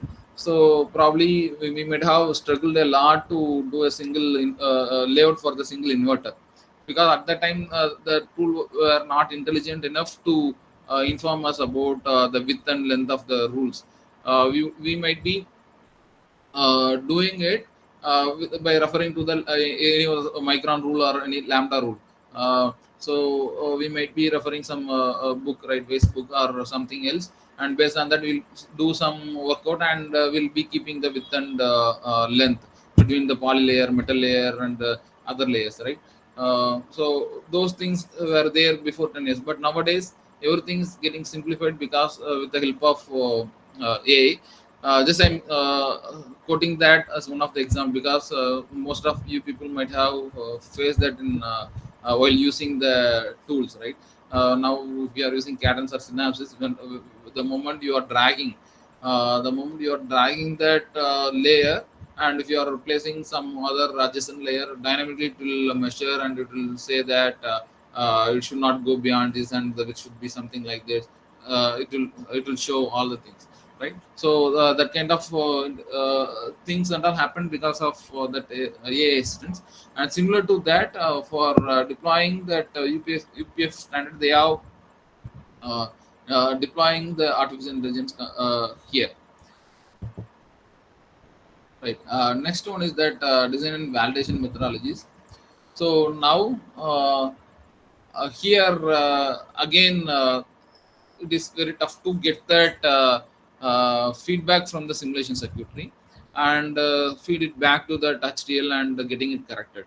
So, but there is one possibility I can tell you here. So, whatever we are visualizing as a waveform, whenever we are doing that as a simulation, right? Whenever we are doing the simulation with HDL, we'll be getting some waveforms, right? So, those waveforms will have its database behind it. So, those data can be taken and it can be taken and used for training the networks, but still each and every scenario is unique in VLSI. So the circuitry functionality and other things also be unique in the VLSI. So what will happen is that it may suggest for re-editing the HDL, but still without human intervention, it is very tough task. Here I am talking about getting the feedback by looking at the waveforms and doing the alterations in that RTL. So that is what I am saying it. But here we are using the AI in a different form. The way is that generating the test environment. So for that, companies are working for using AI. So instead of sending the feedback to the RTL and getting it corrected, so here setting up the verification environment itself a challenging task in industry, because you might have noticed in VLS industry that compared to the design portion, a lot of verification jobs are there. So why? Because is that uh, after designing it, before doing the chip tape out, we have to very carefully ensure it's each and every subsystems and whole system's performance and functionality. So for that, we have to create the verification environment. For example, if you are using the AXI functionality for interfaces, so that alone need to be tested. So for that, separate test environment is there. We'll be calling that as a test plan usually. So whenever we are doing verification, we have to do that test plan. So the test plan and in the test architecture will be there, and then we have to fit that design within the test architecture, and we have to do that. So now companies and all working on to use that AI to create the verification environment. So you might have heard that something like UVM we have to write. Again, UVM is a standard thing. So standard concept. Wherever we have the standard thing, we can use that AI concept. That I can say. So when if it is a low power, we can have the standard IEEE standard for that low power design. So that we can use, so that those standards can be used for doing the modeling, and we can use it for optimizing our design. Similarly here, for creating the test environment, it will automatically generate. If you are giving the nature of the circuitry, based on the nature, it will automatically create the test environment, and it's test stimulus also. So because generating this test stimulus again challenging task, because based on the stimulus what we are feeding to that verification, then only the bugs will be captured. Suppose if we are not good at generating the stimulus, then most of the bugs won't be visible. But once the chip is getting done, and if it is going for the validation in the real-time environment, then those issues will arise. That will cost very, very high. So as far as the design is concerned, if we are able to detect the bug earlier, we are minimizing the cost. That is what the thing. Right. So next one is that scalability and upgradability. So here we can think of modular design. So modular design in the sense, as I mentioned, how we can reuse the design. So in this place, the AI can be very well deployed. So why? Because is that it will know the applications. Even we can't keep on compare the designs, and we can suggest this can be the design, or this can be useful for this kind of applications or not. But in this case, something like deploying the differential amplifier to that operational amplifier, right? So within that operational amplifier, we do have the differential amplifier. I just quoting this unlock circuitry for this particular VLSI concept, just to understand the modularity. We have seen that a differential amplifier, and the differential amplifier will be deployed in the operational amplifier. This is one of the use case. So now if we are able to individually do the layout and performance analysis for that particular differential amplifier, and wherever it is used, suppose if it is useful for operational amplifier, we can use it. Suppose if it is for some other circuitry, then we can without redesigning that operational amplifier circuit, directly we can reuse that particular operational amplifier. So this can be otherwise think as we can think this as uh, standard libraries in the semi-custom design. So standard libraries are there, we are reusing it. Otherwise, we can think of LUTs in FPGA. So in the FPGAs, we'll be having the CLBs and LUTs. So those are all well standard optimized blocks, and we are recustomizing it for deploying the new designs. Yeah, similar to that, whichever circuit we are designing now, it may be useful some other point of time. So those things can be properly optimized and stored for future purpose, and those kind of modularity split up, the proper partitioning and usability, increasing the usability and scalability can be suggested by the AI tools. And for this cost and time constraints, so in this case we can use the AI thing to for budgeting, and we can estimate the time. That also we can do, but practically it won't work out. Why? Because is that there may be a lot of practical challenges. So all those things can't be taken into consideration by the tool, though the tool suggests something, right? So we can't strictly adhere until otherwise, if it is entire process is done by the tool, we can't guarantee that a human being can strictly adhere to that particular scheduling, and the same cost can be used for doing the chip tape out. So that is a very tedious one and unpractical one, right? So the same thing, just I have summarized the stuffs. So what and all I matched that particular thing with the VLSI flow actually here. So like system specifications and high level design and technology mapping, and after that refinement and optimization. So there will be thinking about uh,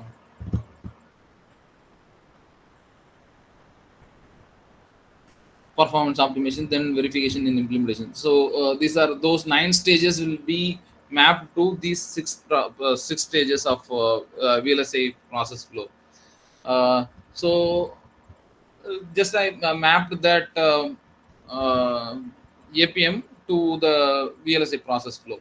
So within this particular stages, but as far as AI is concerned, so you can just visualize the stuffs, right? So wherever we can think of converting the specifications into requirements in the specifications, and we can think of splitting the blocks, and we can get the technical recommendations. That alone we can do. The performance optimization till the three stages we can deploy. Then 4, 5, 6 absolutely as of now it is not possible. But in the case of stage 5, what we can do is that we can generate that verification environment, and in the case of 6 we can do that routing, right? Whatever physical backend flow, right? So already individual tools whatever we are using for physical design are already integrated with the AI tools for efficient implementation. But here the concern is that as far as APM is concerned, uh, all the 6 stages, right, should be done by that artificial intelligence. So that is not yet done. So individually, as I suggested, for stage 3 we can easily develop the models up to stage 5 and 6, right? For stage 5 and 6 already, for stage 5 already they are in the process of creating that environments. In 6 they are already successful in deploying the AI. So the sixth stage, because all the tools whatever we are using, right, of backend tools and all already integrated with the AI. And see, AI is simply the rephrased term. That's it. So before this particular AI term is coined, already the algorithms whatever they write, routing algorithms whatever they write, even many machine learning algorithms and AI, deep learning algorithms are exist before the term called AI coined. So now what they have done is that they have put all the algorithms together and repackaged and they rephrase the thing and they are calling that as AI. That's it. So beforehand itself, those algorithms and methodologies were there. Those methodologies were available deployed in that physical implementation tools, and now whatever we are using all are integrated with AI only, right?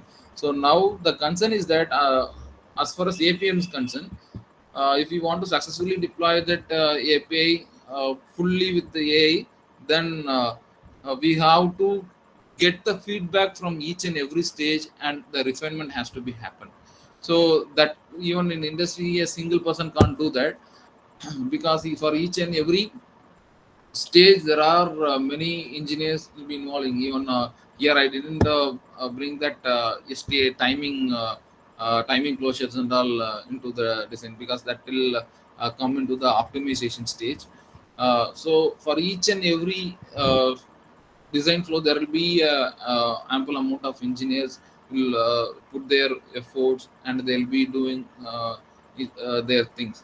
So gathering all of their knowledge with different experiences, right? Because different experience stages people will be there in each and every team for implementation. Suppose if we are doing placement, for placement there will be the separate persons. Power optimization there will be the separate team, and timing closure there will be the timing sign off team separately. RTL separate team. So I'm telling about the teams, right? Each and every team will have a good number of engineers with different experience level. So if you want to replace the entire APM with that AI, it is quite a tedious task, because the first thing is that we don't have ample amount of data set to train the AI model to do this particular APM. So another thing is that experience. So based on the thing, right, we can able to make a decisions, right? But AI is very novice to chip design industry to make those kind of decisions, because none of the experienced engineer will convey the will write the note to make the decisions and all. So it is very tough to collect all those informations. So that is another challenging thing. So instead of considering that as the challenge, what we can say is that we can take that as an opportunity. uh, so for in that each and every stage slowly, so definitely industry won't focus on doing all the stuffs, because whatever industry people are using, all the things and all taken from the academic only, to be frank. So whatever paper has been published in standard article journals, so those things and all taken into consideration, and based on that they'll keep on try with the practical factors. The only gap between academic and industry is that in academic people used to stop with their publications, so they won't even take it to the next level. But in the industry what they'll do is that they'll even if the paper is published in 80s and 90s, whatever it Excuse me, is. sir. Yeah, hello. There is a noise in the background, sir. Small Okay, noise. You can unmute, sir. is it fine, sir, now? Yes, sir. Okay, I don't know, some process sound like yes, sir. Mic is closely near to the processor. It's Okay, nice. sir. Yeah, so that is the thing. So though the paper is very old, what they'll do is that some of the R&D in the companies, they'll take them and they'll seriously pay attention to that, and they'll try different use cases, and if it is satisfied, then they'll draft the methodology to deploy it. So that is the thing actually. Right, now let's see. Just I mapped that APM concept with the microprocessor design, just for better understanding, to get to know what this particular APM is. So previously, in the beginning, I just introduced you about what is APM and components that APM, and then I mapped that APM with the VLSI process flow, and we discussed about what are the various challenges and whether it is possible to have the AI model within that uh, APM VLSI process flow or not. And then now I'm just giving you an example. So where I mapped APM concept with the microprocessor design flow, just for better understanding. So here we can see functional specifications. Suppose if you are designing your microprocessor, so what are the functional specifications will be taking? So the requirement is we have to design a microprocessor. That is what the requirement. The functional specification is that we have to define the operations, like the data path and what are the arithmetic models there, and suppose if branching, there is looping, loop we has to support the looping, then we have to give the branching control, and for doing data transactions we have to give the memory access. So these are the functional specifications. These are the few functional specifications. So beyond that, we do have a lot more, uh, like whether we need to have the pipeline stages, or we need to have parallel cores, or we can deploy the concepts kind of processing elements P or not. So those and all will come into the functional specifications. And next is that performance requirement. So now when we are defining the microprocessor, for what purpose we are going to deploy, whether it is for end users, like edge computing, or we are going to deploy it for general purpose computing or graphical applications. So based on that, we will be defining the speed and the power and throughput. Then here we can say some post 3 gigahertz processor I want to do, and the power means it should be less than 3 watt, or like that we can define. And technology constraint, whether we have to use a CMOS or FinFET or any other technology we want to use for better power efficiency, whatever performance requirements we are taken, based on that we can take. Next one is that system partitioning. So when we are thinking about system partitioning, with reference to the functional specification, so those functions need to be satisfied. So we need to do the arithmetic operation. It need to support looping when we are doing that application programming, and we need to have the memory portion to store.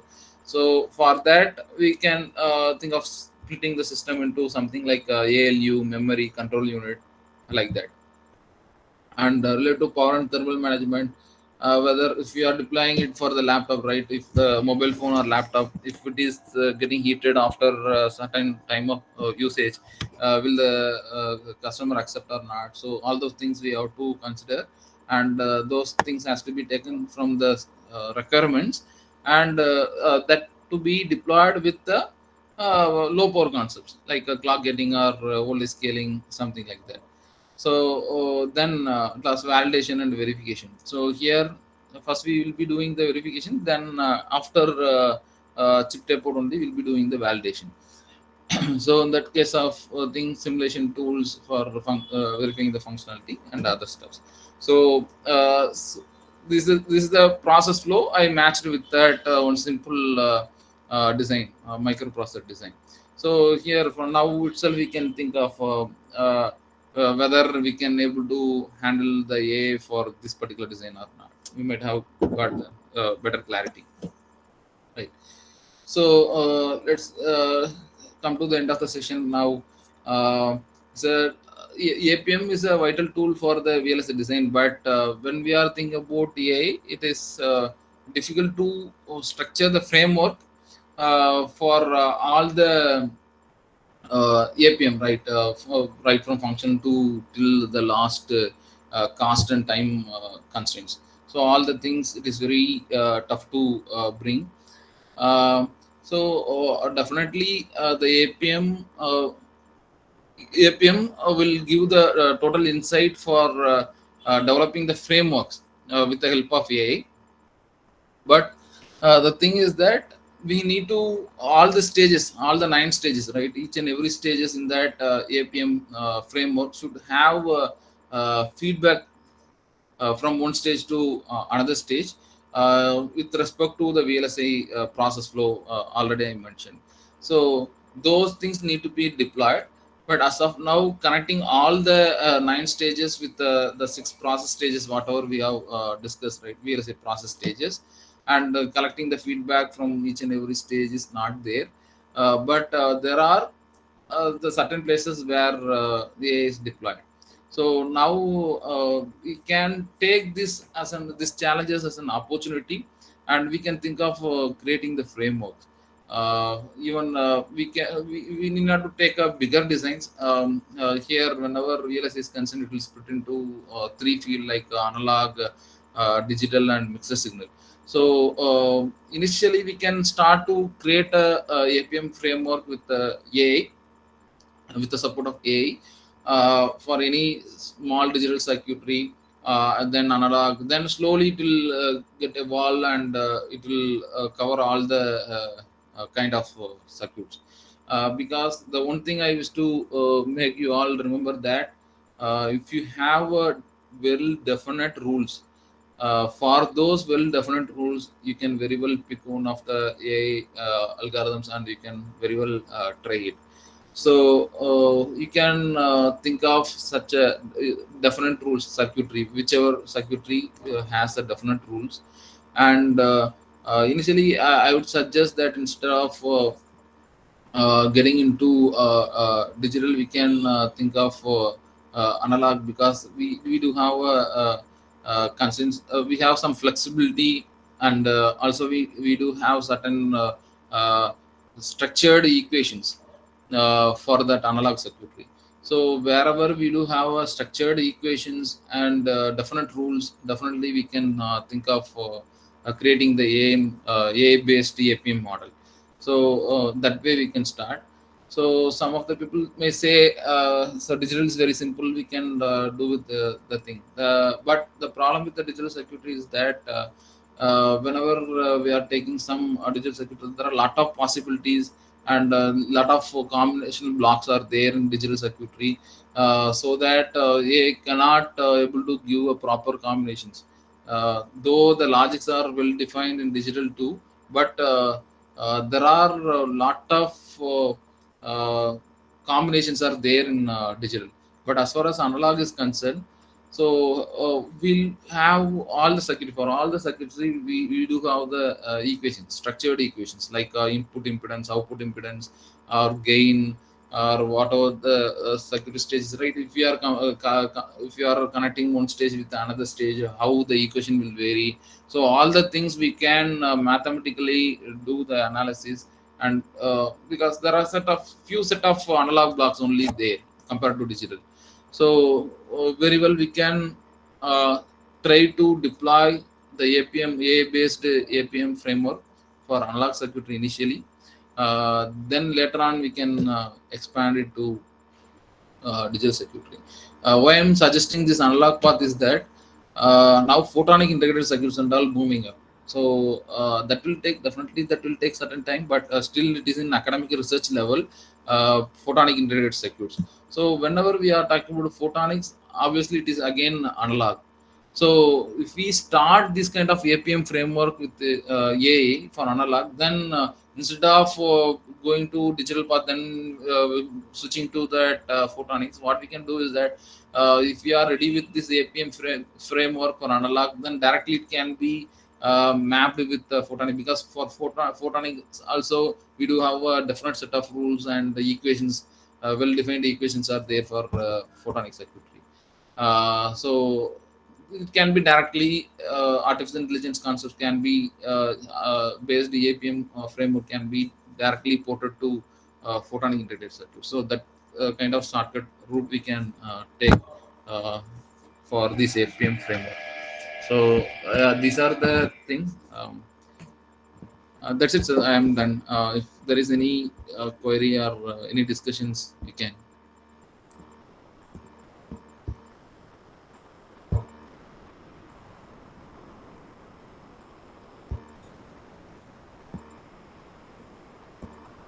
Yeah, I hope Dr. Nallathambi has raised his hand.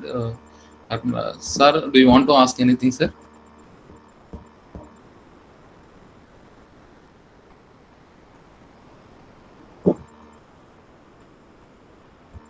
Sir, good evening, sir. So very good evening, sir. Yeah, please. Sir, a nice presentation, sir. But I want to one doubt. Yes, sir. Actually, Please. you told that the APM model, which of the language, which of the programming languages are used in the APM model, sir? Sir, here the APM model, as far as VLSI is concerned, it is a theoretical thing, sir. Actually, so it's a kind of a concept actually. So Okay. we have to deploy. So any format, sir. If you want to develop a framework, you can decide your own thing because this is a process framework. This is not a kind of design flow like RTL design or a physical implementation, something like that. Everything is there, sir. Already the process flow is already there. The individual tools for each and every process is there. Now we are going to flow the process like a framework. So you can decide, sir. If you want to do it with Python, you can do, or if you want to do R programming, you can do, or if you are using the Perl script. Usually in industry, uh, for linking these tools, right? So from RTL flow to subsequent flows, right? So they'll be using that scripting like Perl script and TCL for integrating the process. But as far as framework, A-based framework is concerned, first we have to generate the model. So for generating that A model, we can use any of the comfortable thing, and connecting that tools, right? So flow, right, one flow to another flow, we can think of using any of the scripts, because already scripts are there. We can very well reuse those scripts for passing the input from one stage of the design flow to the another stage. So that way we can think of, sir. Okay, sir. Thank you, sir. Thank you. Yes, sir. Thank you, sir. It's a very nice question actually, because we will be thinking of deploying the thing, but which tool or which language we have to choose for deploying it. So obviously there will be the thing that since it is a novel thing, it's a process flow framework can be developed with any thing whichever convenient for us. Okay. Thank you, sir. Thank you, sir. Thank you, sir. Anything else? Please feel free to interact if you want to have any query. Good evening, sir. This is Revati from PSNA, sir. Yes, ma'am. Good evening, ma'am. Yeah. Sir, actually, I have in my thought to develop a neuromorphic processor for an application. Okay, ma'am. How does this AI tool or what is the model what you have suggested will help me in this? Ma'am, as far as neuromorphic processor is concerned, you are actually designing the processor for assisting that AIs.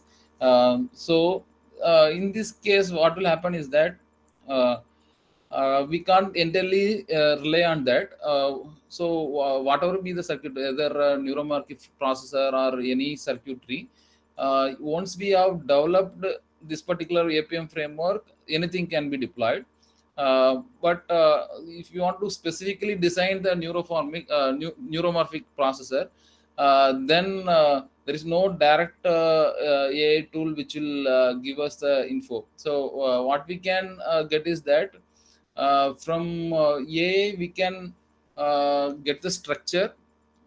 We can take the AI models, different AI models we can take, and we can try to understand the structure. For that structure we can optimize our design. So that is what we can do, ma'am. So none of the tool is directly present as of now to create the thing. So rather what it will do is that if you use any of the generative AI tools, it will suggest you the method and how it can be computed. So for what are the things you can optimize. So for that particular computation, whether you want to whether if you want to accelerate that computing, whether you want to optimize which block. So that kind of suggestions it will give, but we can't say it is 100% correct directly we can take it or not. So as of now, we have to manually do that. So there is no standard tool.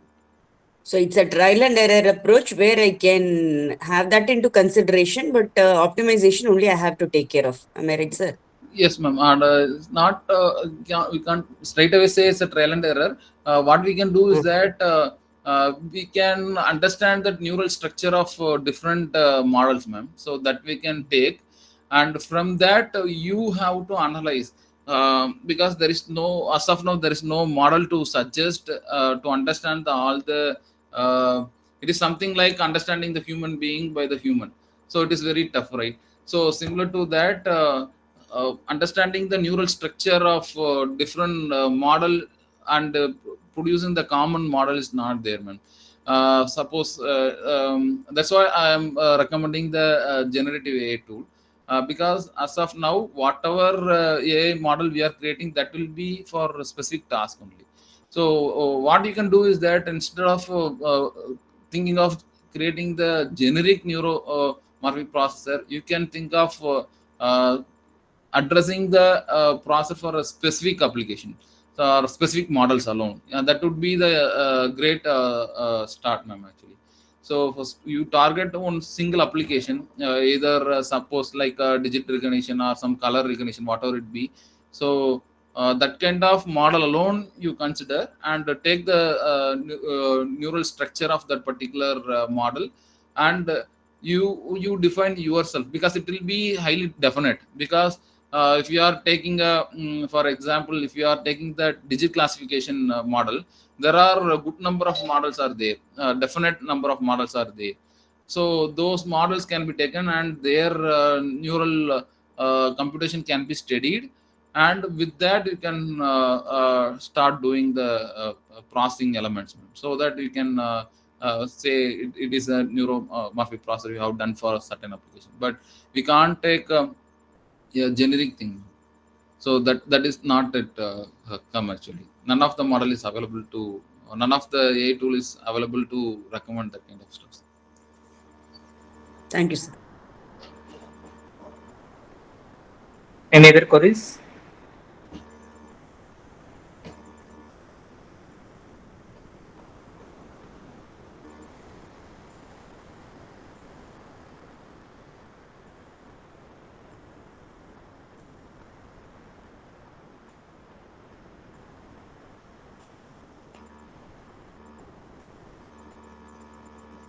Good evening, sir. Yes, sir. Sadish from Christian Engineering College, Uttanathan. Yes, sir. Yes, sir. I'm Please having go ahead. one doubt, sir. What Yeah. are the challenges faced AI used in VLSI domain, sir? Could you please repeat, sir? What are the challenges we are facing? Faced. What are the challenges faced AI using in VLSI domain, VLSI design? Yes, sir. Yeah. So that one of the challenges that, as I mentioned earlier, sir, data set. So if we want to use that AI for VLSI design, we need to first get the data set ready, sir. That's what I also suggested for Revati ma'am. So whenever we are about to use that particular modeling, right? So for creating the model, first we have to do the training, sir. So there are two phases are there in AI, you know very well: training phase and testing phase. So Yes, sir. Correct, sir. But nowadays we are facing, we have to increasing the complexity. Sir, could you please repeat? So nowadays we have to facing the main challenges is complexity. For example, the computational complexity should be high, sir.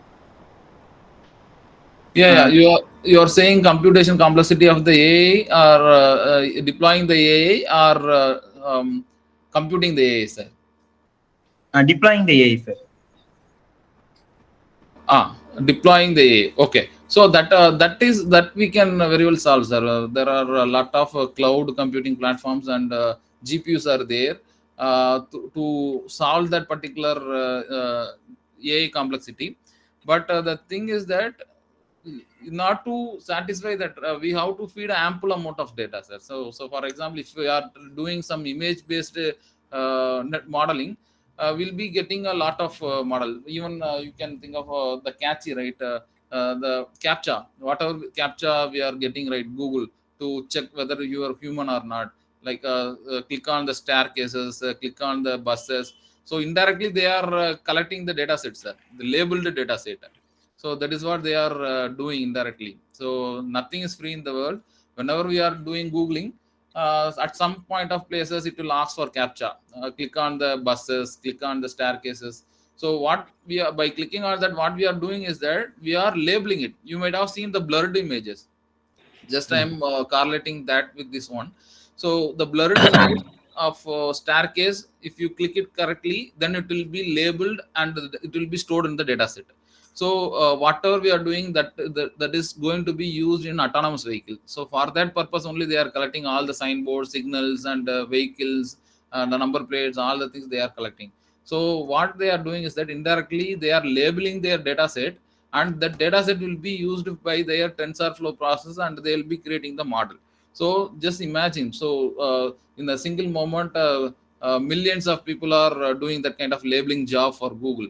So that Google is getting those million data set from that they are doing. So that is what you are saying about deploying AI complexity. So similar to that, here we need to label the data sets, right, sir? So moreover, those data sets should be openly available. For us, there is no data set actually. None of the company will reveal their IP. That is what the great challenge in deploying the AI. Suppose if Texas Instrument is there, if they are deploying it, they can deploy the AI for their own ICs only, because they do have all the architecture of that chip and in and out designs of the chip.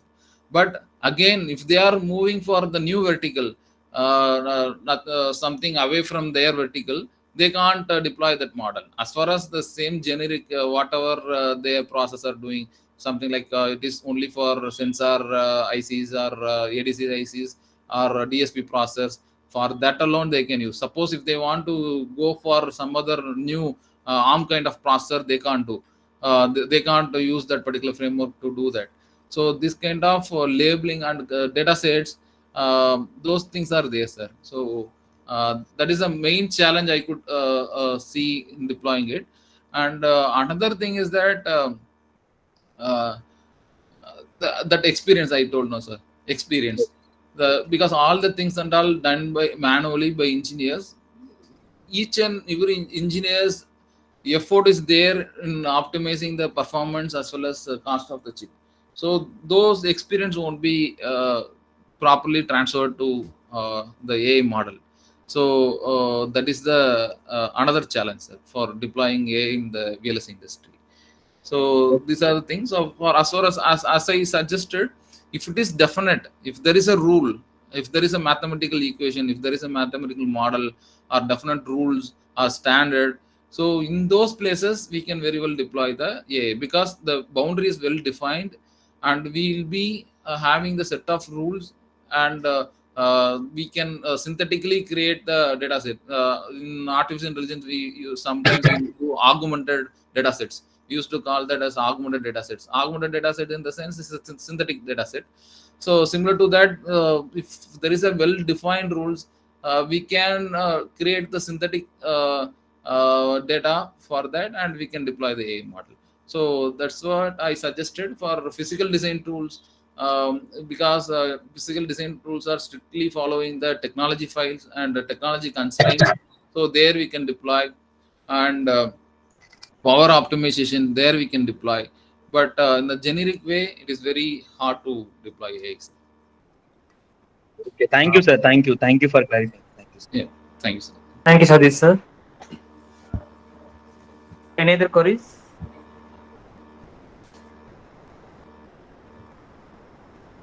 Okay. Again, sir, can you switch on the video, sir? We will take one photo. Just a moment. Okay.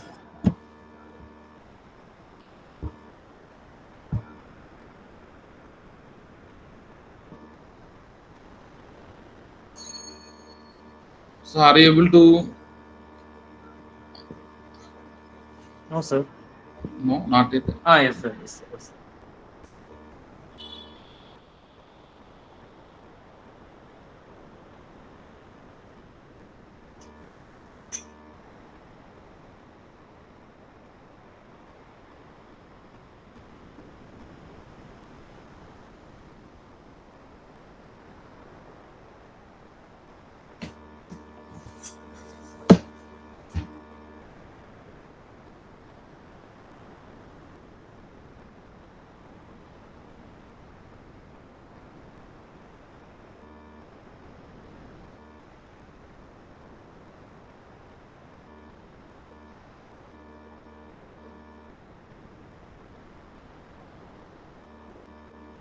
Participants, switch on the video.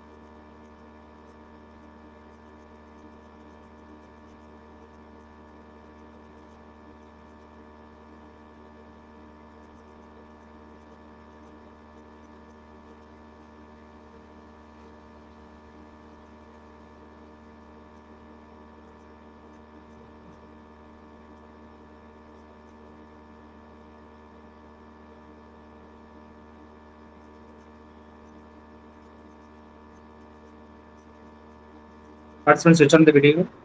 More participants.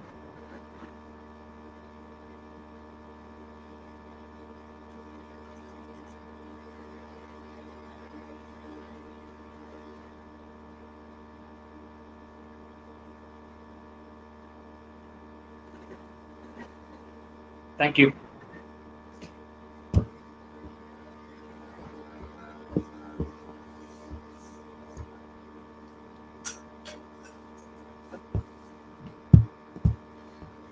Let me give my mail ID. Okay, sir. You can share in chat box. Yeah. Suppose if you want any support, you can reach me. Okay, sir.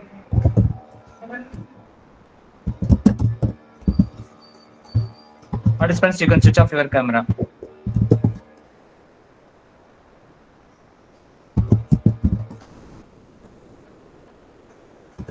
Participants, you can switch off your camera.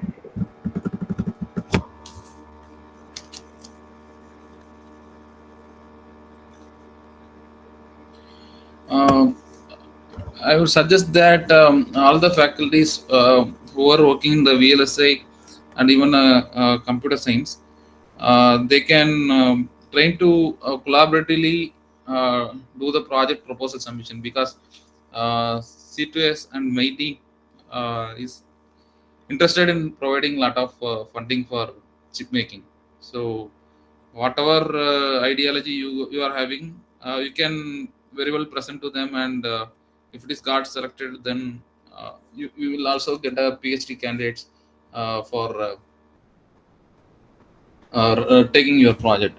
So they are giving funding also, very good funding also they are giving for PhD candidates, so that we can attract great potentials from in and around your places, so that we can do even our profile also will get improvised, and compulsorily they are requesting to the chip depot. So whatever we are thinking as a concept, that can be deployed as a chip, and we can have it in our hand, and we can feel. So that would give us a different feeling and experience. So try to do that. But my sincere suggestion is that don't take a bigger task. Just take a simple task, and try to achieve in an efficient way. So that it will be properly done, and it can be extended for further processing. So that would I say. Let me give me a mail ID in the chat box. Suppose if you want to have any interaction, you can reach me. Okay, sir. Participants, the feedback link is posted in chat box. Kindly fill the feedback form.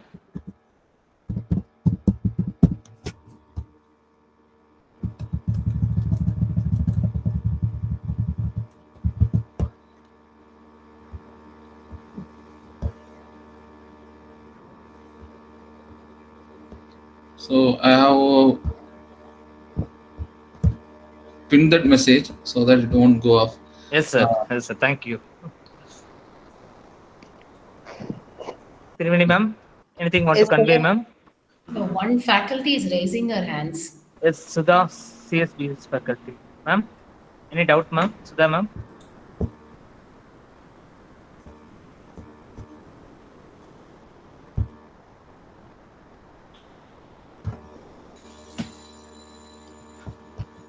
Ma'am, any doubt, ma'am? Sudha, ma'am?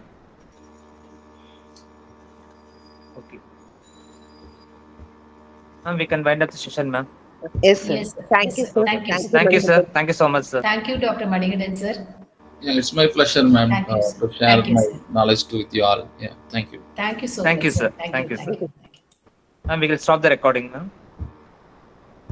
Yes, sir. We can stop it, sir. Thank you, sir.